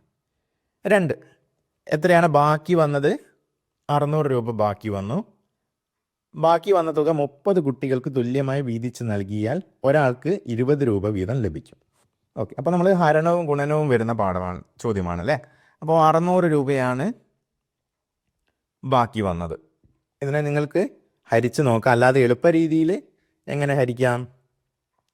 30 പേർക്കാണ് വീതം വെച്ചത് അല്ലേ. എളുപ്പ രീതിയിൽ ഹരിക്കുമ്പോൾ ഇവിടെ ഒരു 0 വെട്ടി, ഇവിടെ ഒരു 0 പോയി. 60-ൽ എത്ര 3കളുണ്ടെന്ന് നോക്കണം. 6-ൽ എത്ര 3ആണ്? 2 3ആണ്. ഒരു 0 കൂടി ചേർത്താൽ 20 കിട്ടും. അപ്പോൾ അല്ലാതെ നിങ്ങൾക്ക് വേണമെങ്കിൽ ആ 600-നെ ഇങ്ങനെ ഹരിച്ച് നോക്കാം. ഓക്കെ, ഇങ്ങനെ വെച്ചിട്ട് ഹരിച്ച് നോക്കാം. ഓക്കെ, അപ്പോൾ എന്തായാലും ഉത്തരം എത്ര കിട്ടി? 20 കിട്ടി. 20 രൂപയാണ് ഒരാൾക്ക് ലഭിക്കുന്നത്. ഇവിടെ അതാണ് പറഞ്ഞത്, ശരിയായ പ്രസ്താവനയാണ്.